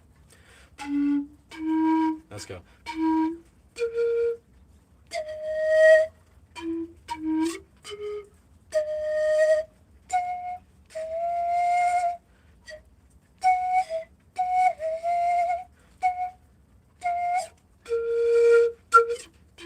I don't know. It's in a weird octave. I definitely know the song, Song of Storms, but to play it effectively in the right key, like that's what it'll show. This is why the pan flute's sometimes infamously difficult. Is you see, I gotta bend it in certain notes. Gotta do some crazy stuff. Yeah, the cats. Yeah, you're playing that pan flute on your own accord, or was it via school or some such? No, yeah, I learned this. I taught this myself. You basically will never. There's very few people that even learn this, and basically no one that teaches it, from what I know. I think you can, if you sign up for like David Doring, he's like a German, brilliant pan flute player. David Doring, I think I'm not sure how it's pronounced. I think he teaches lessons. He makes his own pan flutes too. David, Doraung or something, or Ang. Yeah, David Doring's an amazing pan flute player.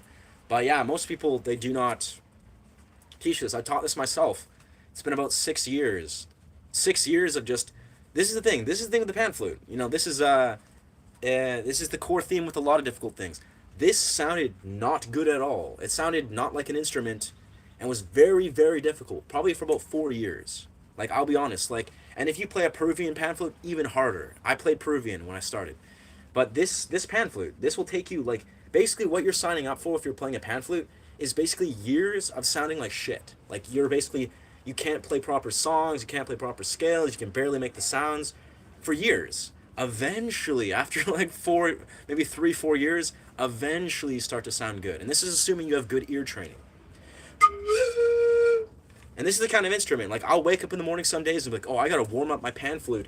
I gotta train my ear to get the right, embouchure and the right angles, and just to make it sound decent. So, yeah, it is a very difficult instrument. But that's just the way it is. It's an ancient instrument. Like, this is the thing. This is an ancient instrument. This is an ancient sound. This is representative of what ancient instruments were, right? Ancient instruments were difficult. They were meant to be difficult. They were supposed to take years. They're supposed to take years to develop, right? This is made out of bamboo. It's literally just bamboo. There's nothing else. There's corks in here, but I'm sure it's like when the original instruments, they just made it out of bamboo, and it takes years to get good at. Like, it's supposed to be that way. It's a representative of the ancient style of learning things. Nice. Willy Wonka. I'll take that, brother. But can't you see, this is way doper than Willy Wonka's hat. I mean, yeah, you're right. If I do this, whoa, I'm Willy Wonka. But no, I'm here. I'm on this level. I'm a 80s rock star.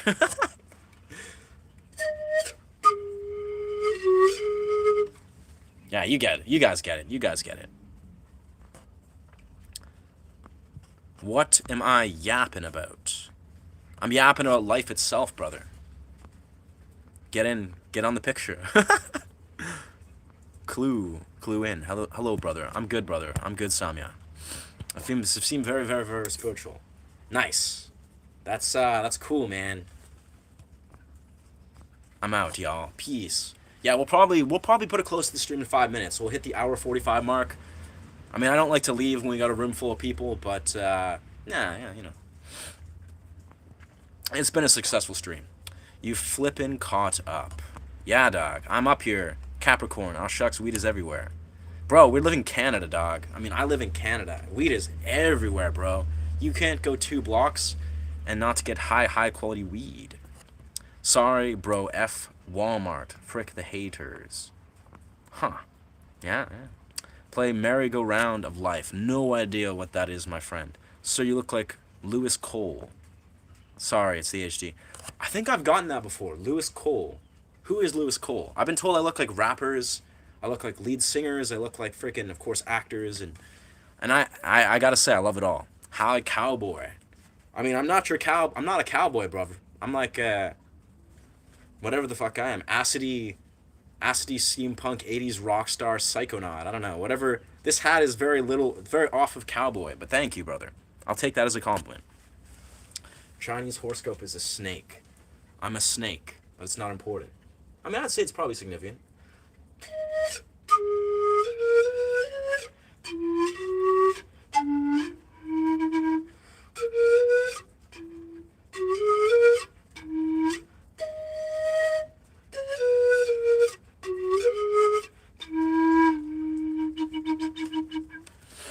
Medication. Heck no, bro. Yeah, L medication. Right there. L. Whatever. So we're backwards here, so. Yeah. Can fly away from nightmares. Oh. Not an expert on it. I talk myself out of nightmares. Nice, Eleanor. I mean, you're on the path, that means. Yeah. I mean, I'm a lucid dream studier. I'm learning to lucid dream. You know, my video, W to the video. I released a video that was basically about, you know, my first time lucid dreaming a couple days ago, or 2 days ago. And, yeah, lucid dreaming is basically about talking yourself out of nightmares, in a simple sense. Many things, though, go on. Nice. Nice. Yo, thank you, Bob. Thank you, Know Me Bob. Appreciate that. Dig your philosophy. You're a bit younger than I am. Out of respect. Facts. 86. Nice. Yeah, I'm in 94, so... Yeah. Nice, though. Similar realm. Bro, actually the GOAT. I ever hated on him. What the fuck? Wow, I'm just getting... As the kids would say, I'm getting glazed. I'm getting glazed by Brenda. Not a word I've ever used today, but this is the first time I've used that word. Thank you, Brenda. That's kind of you. I mean, I guess it's easier to maybe think I'm the greatest because I got a dope hat. Suddenly I'm just like, I'm a freaking character out of a cartoon book. I love this hat, though. This is literally, I'm going to wear this hat all the time. I mean, when I'm not wearing it, I can just have my hat like this, you know, just be a gentleman. Just like, yeah, I'm just living, talking, and then suddenly, pivotal moments, bang. I'm a gentleman. ADHD are usually stimulants. Usually, but there are serotogenics, like Lexapro and all that other stuff, which I've heard work. I don't know. I was on a serotogenic for like 3 years, I think, when I was like 15 years old. Weird time. Worked well, but that's where you learn a lot about the brain when you're on medications. Of course, substances too. Yeah, I know friends that are on, like actually my partner, she's on Concerta, not to like disclose to the public too much, but yeah, it's like people can. I honestly have good friends who are performance artists, dancers, fire artists, that they love Vinance. I see Vinance a lot. People use Vinance a lot. Concerta a few times. A lot of celebrities I know use Lexapro or like other YouTubers, other artists. I don't know. I'm an advocate of zero medications. I'll be honest. I think the best state is an unmedicated state. Now, that being said, I'm also a student of health science. I'm very good at like biohacking, neurohacking. You know, if you follow my Instagram, I call myself Neurohacker. That's because, you know, when I train martial arts, been training martial arts most of my life, I would neurohack. I would experiment with supplement protocols, nootropics of all sorts. So, I don't know. This is a time for a different story. Whoa, bird. But yeah, basically, once you are intelligent enough to dial in specific supplement protocols, that is maybe nootropic protocols, you basically learn that, now this isn't the ultimanium, but this is what I've learned. Being on a medication is basically like you're dialing in a complex neurochemical protocol, right? That's what's going on. You know, your psychologist or whatever is like, here you go, here's this medication, this drug or borderline drug, here you go. You're, now it's on you to basically dial in this complex neurochemical protocol, right? You can do this without a medication, right? You can do this without a medication. You can do this with supplements. You can do this with adaptogens. You can do this with nootropics. The core thing that you're trying to do is to learn to modulate and regulate your neurochemistry. This is why you're on a medication, right? Fundamentally, you're like, okay, I don't know how to handle the neurochemicals and deal with the brain, so here you are. Here's some sort of, Hail Mary to give you this cocktail of neurochemicals that you can now learn to modulate, right? And that's the core reason why you're supposed to be on a medication, is to learn to do this. It's like, okay, I'm on a medication so I can learn to now effectively manage my neurochemistry and my psychology and all that, right? Guess what? You can do this without being on a medication. And even further, you can actually do this with substances that echo the same dimensions of something like a medication, but you can take on a semi-regular basis. That's a conversation most people aren't ready to make sense of. But yeah, it's basically what I'm talking about is neurohacking. Neurohacking all day long. Yeah. Rabbi, what's with that? Do you on the leather? Do you play on leather flutes? I do not.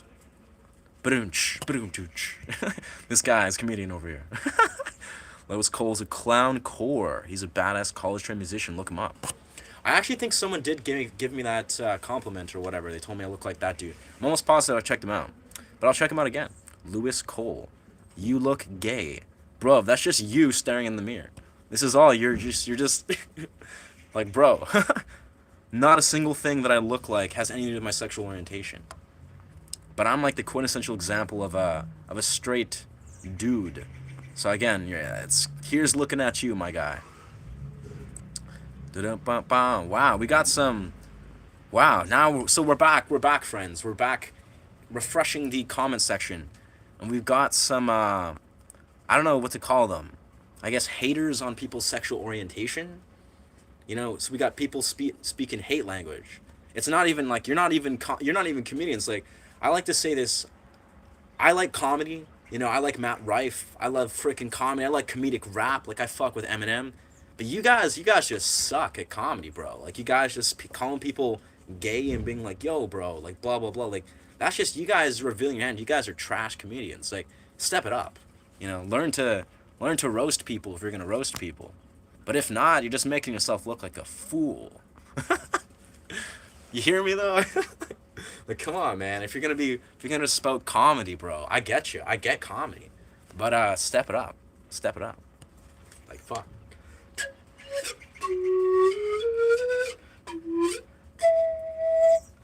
And I'll be honest here, low tier comedy. If you're gonna sit there and have hate language, like, why are you hating on, people that have sexual orientations? Like, come on, bro. What they do to you, man? You're making yourself look like a fool, bro. For real, I want to hear some tunes. Well, I don't know. That's not. Is that what you think happens, bro? Robbie, do you like walk up to an open mic and you got your musician holding the guitar and you're just like, hey, you're trash, like, and you start just like, is that how you think this works, bro? I think you need to go touch grass, my dog. No hate on you. Touch grass. You got this.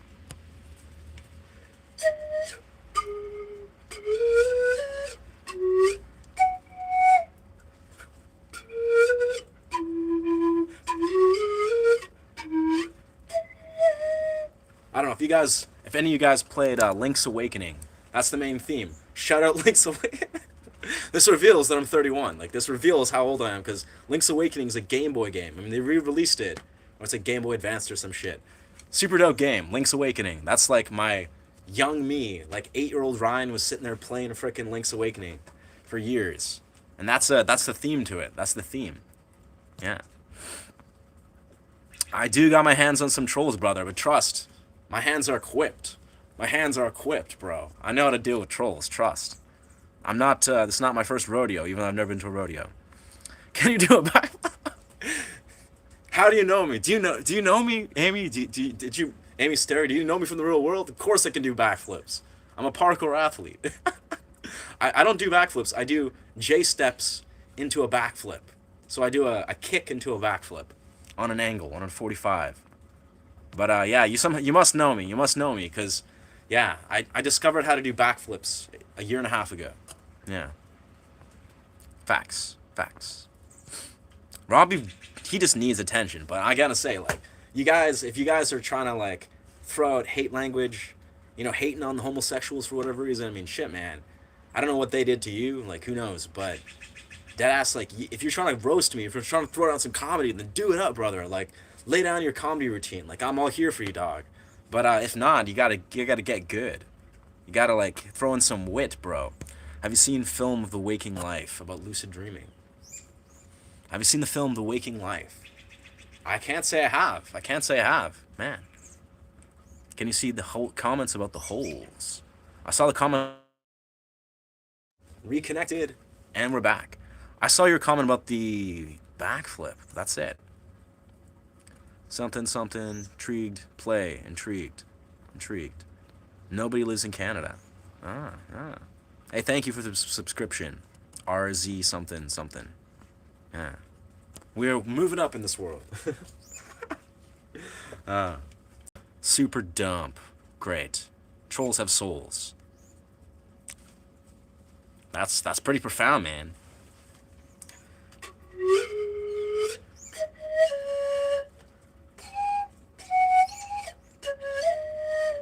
Yeah, I have videos in my other channel where I'm literally just doing backflips everywhere. Like I'm literally like backflip with pan flute, backflip with fire props. But that's my performance channel though. That's like my fire performance channel, not my regular YouTube. And you'll probably never find it. One day I might connect it. I might feed that channel. Yeah. If I'm being perfectly transparent though, because I'm a fire performer and an acrobat performer, like I do stuff on cool stuff. But I basically last year at about December, I was training for a festival because it was festival season. I did a few performances, and I was training J step into backflip, and I actually injured my clavicle. So I haven't really done much backflips since then. I was doing them like everywhere, like 7, 8 times a day. Everywhere I went, I was just high on backflips, and then I injured my clavicle, sadly. Yeah. Zambia. Yo, that's dope, bro. That's dope, bro. Blessings from Canada, Zambia. We are out here in this nice rain. Do you like to backflip in my cave? I don't know what you're talking about, dog, but I don't have a cave.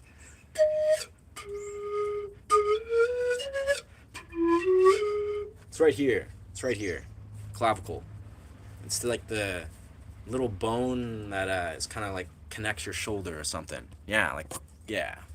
All right, so I think what we're going to do, ladies and gentlemen, is we're going to go play some piano, assuming that there's not tons of people upstairs. And then we'll probably tentatively take a close to the stream because I got to do human stuff.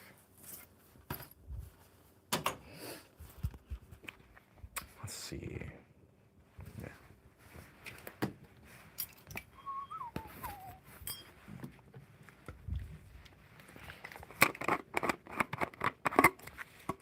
Clavicle. I suppose. I mean, it's the technical. Strangely enough, both injuries, like, that I've hurt on those kind of areas, never really that bad. Yeah. Always works out pretty well. Heals very fast.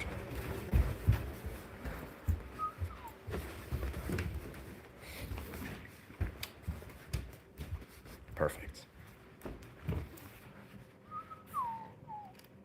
Let's flip that on. What? Huh? That's weird. It's not working.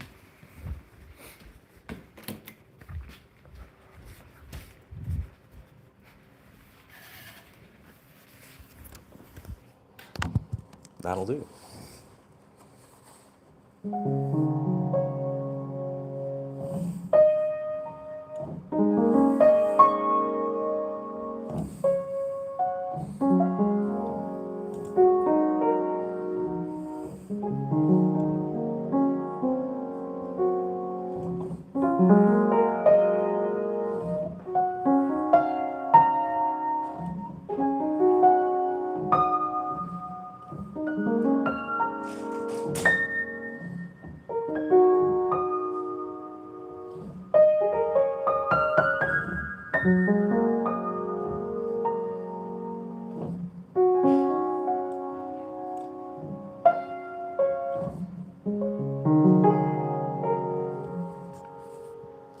Yeah, maybe. Thanks for the wisdom, brother. Check out Waking Life. The Waking Life. The Waking Life. Beautiful. Yeah. I gotta check out the one guy, the clown musician guy, or yeah, what's the clown core? Lewis something. I swear I've definitely made that connection before.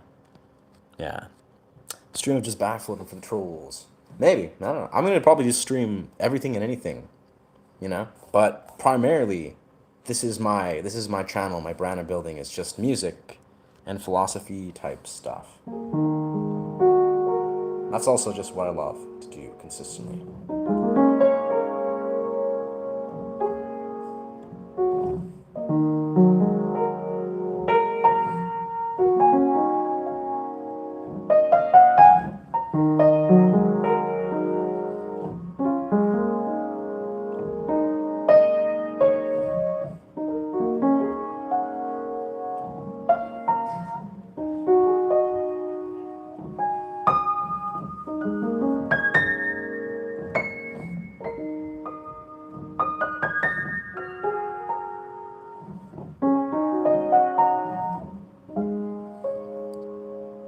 Wow, it's key shift right here. Oh, that's the wrong one.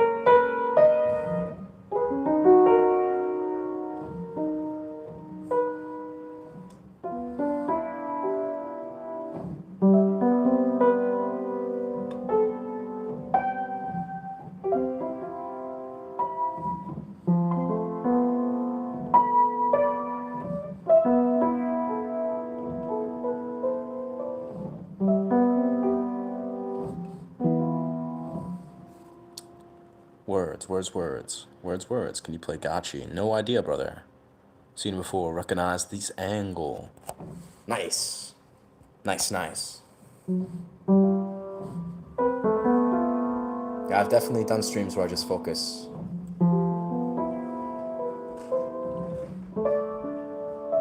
Just this beautiful little piano realm.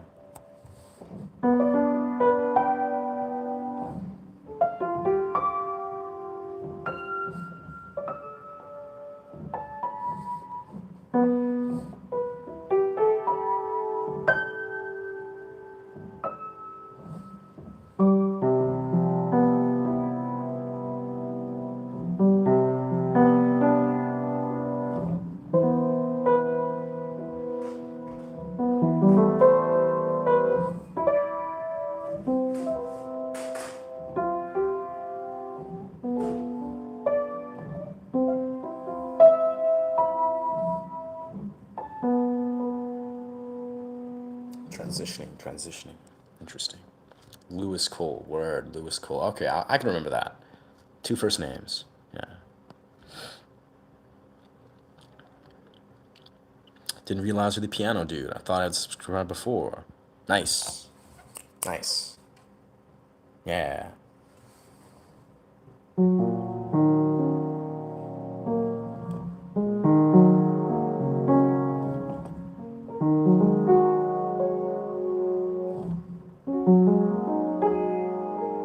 Do I write lyrics? I do write lyrics, yeah. I've written many lyrical pieces. But I very much perform primarily, like I do a lot of meditative guitars type stuff.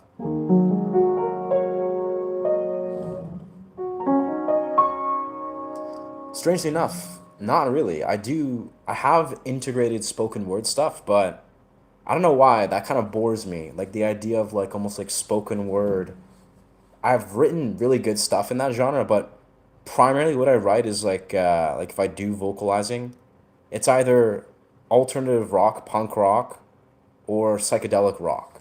So basically like, I don't know how to describe it.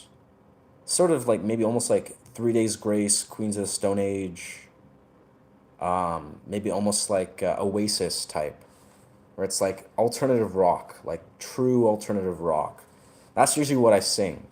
And I've written lots of different music. I'm very critical in what I write, instrumental or vocally. I don't know why. It's like I write lots of music. Some of it I just write for pure catharsis. Yeah.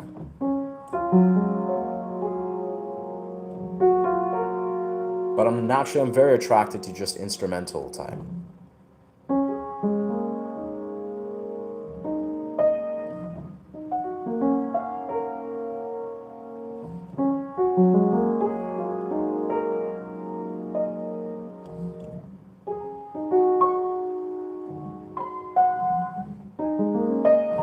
What time is it right here?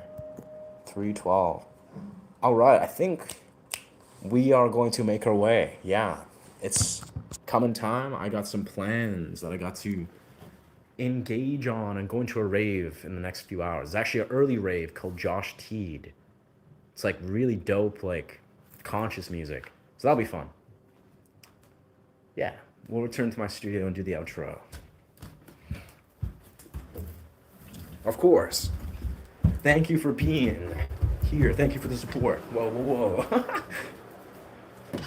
Yeah, thank you so much for the support. I mean, surely, yeah, we're on the road to 4K watch hours. You know, our intention is we're hopefully going to be monetized within 3-4 weeks. It's looking like we'll hit that goal, but we'll see. I have, nice. Oh yeah, 1162, nice.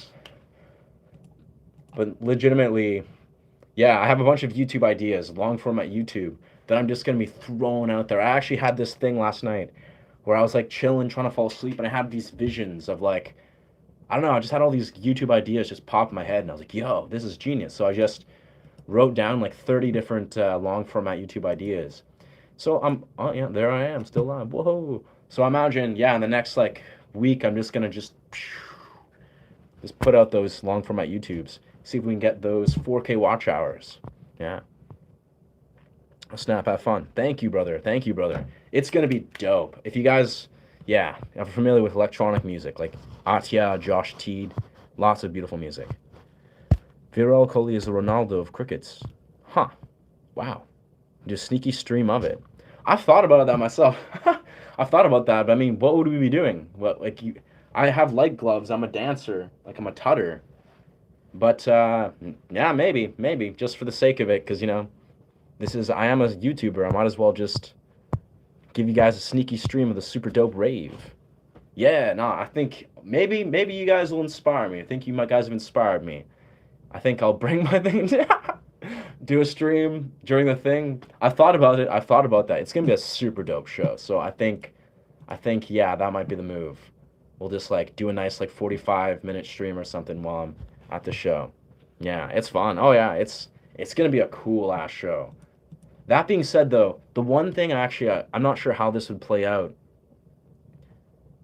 The one thing I wonder how, because this is the thing that I'm concerned with, is copyright claims. Copyright claims, right? So it might have to be a stream. Maybe I'll just do the stream, and then I'll private it. I won't, like, make it a public stream, right? But even then, like, that's the thing is, if I were to say just go on YouTube and search, like, a song, and then the YouTube algorithm triggers that as, like, oh, this is copyright infringement, I can get copyright claims. Probably won't go to freaking, you know, actual full-on claims or strikes, but that's the thing is if I'm at a live show playing someone else is playing live music, that could get, you know, claimed. So I don't know. It's a slippery slope. We'll think about it. We'll think about it. Beautiful. Anyways, thank you so much for chiming in. Yeah.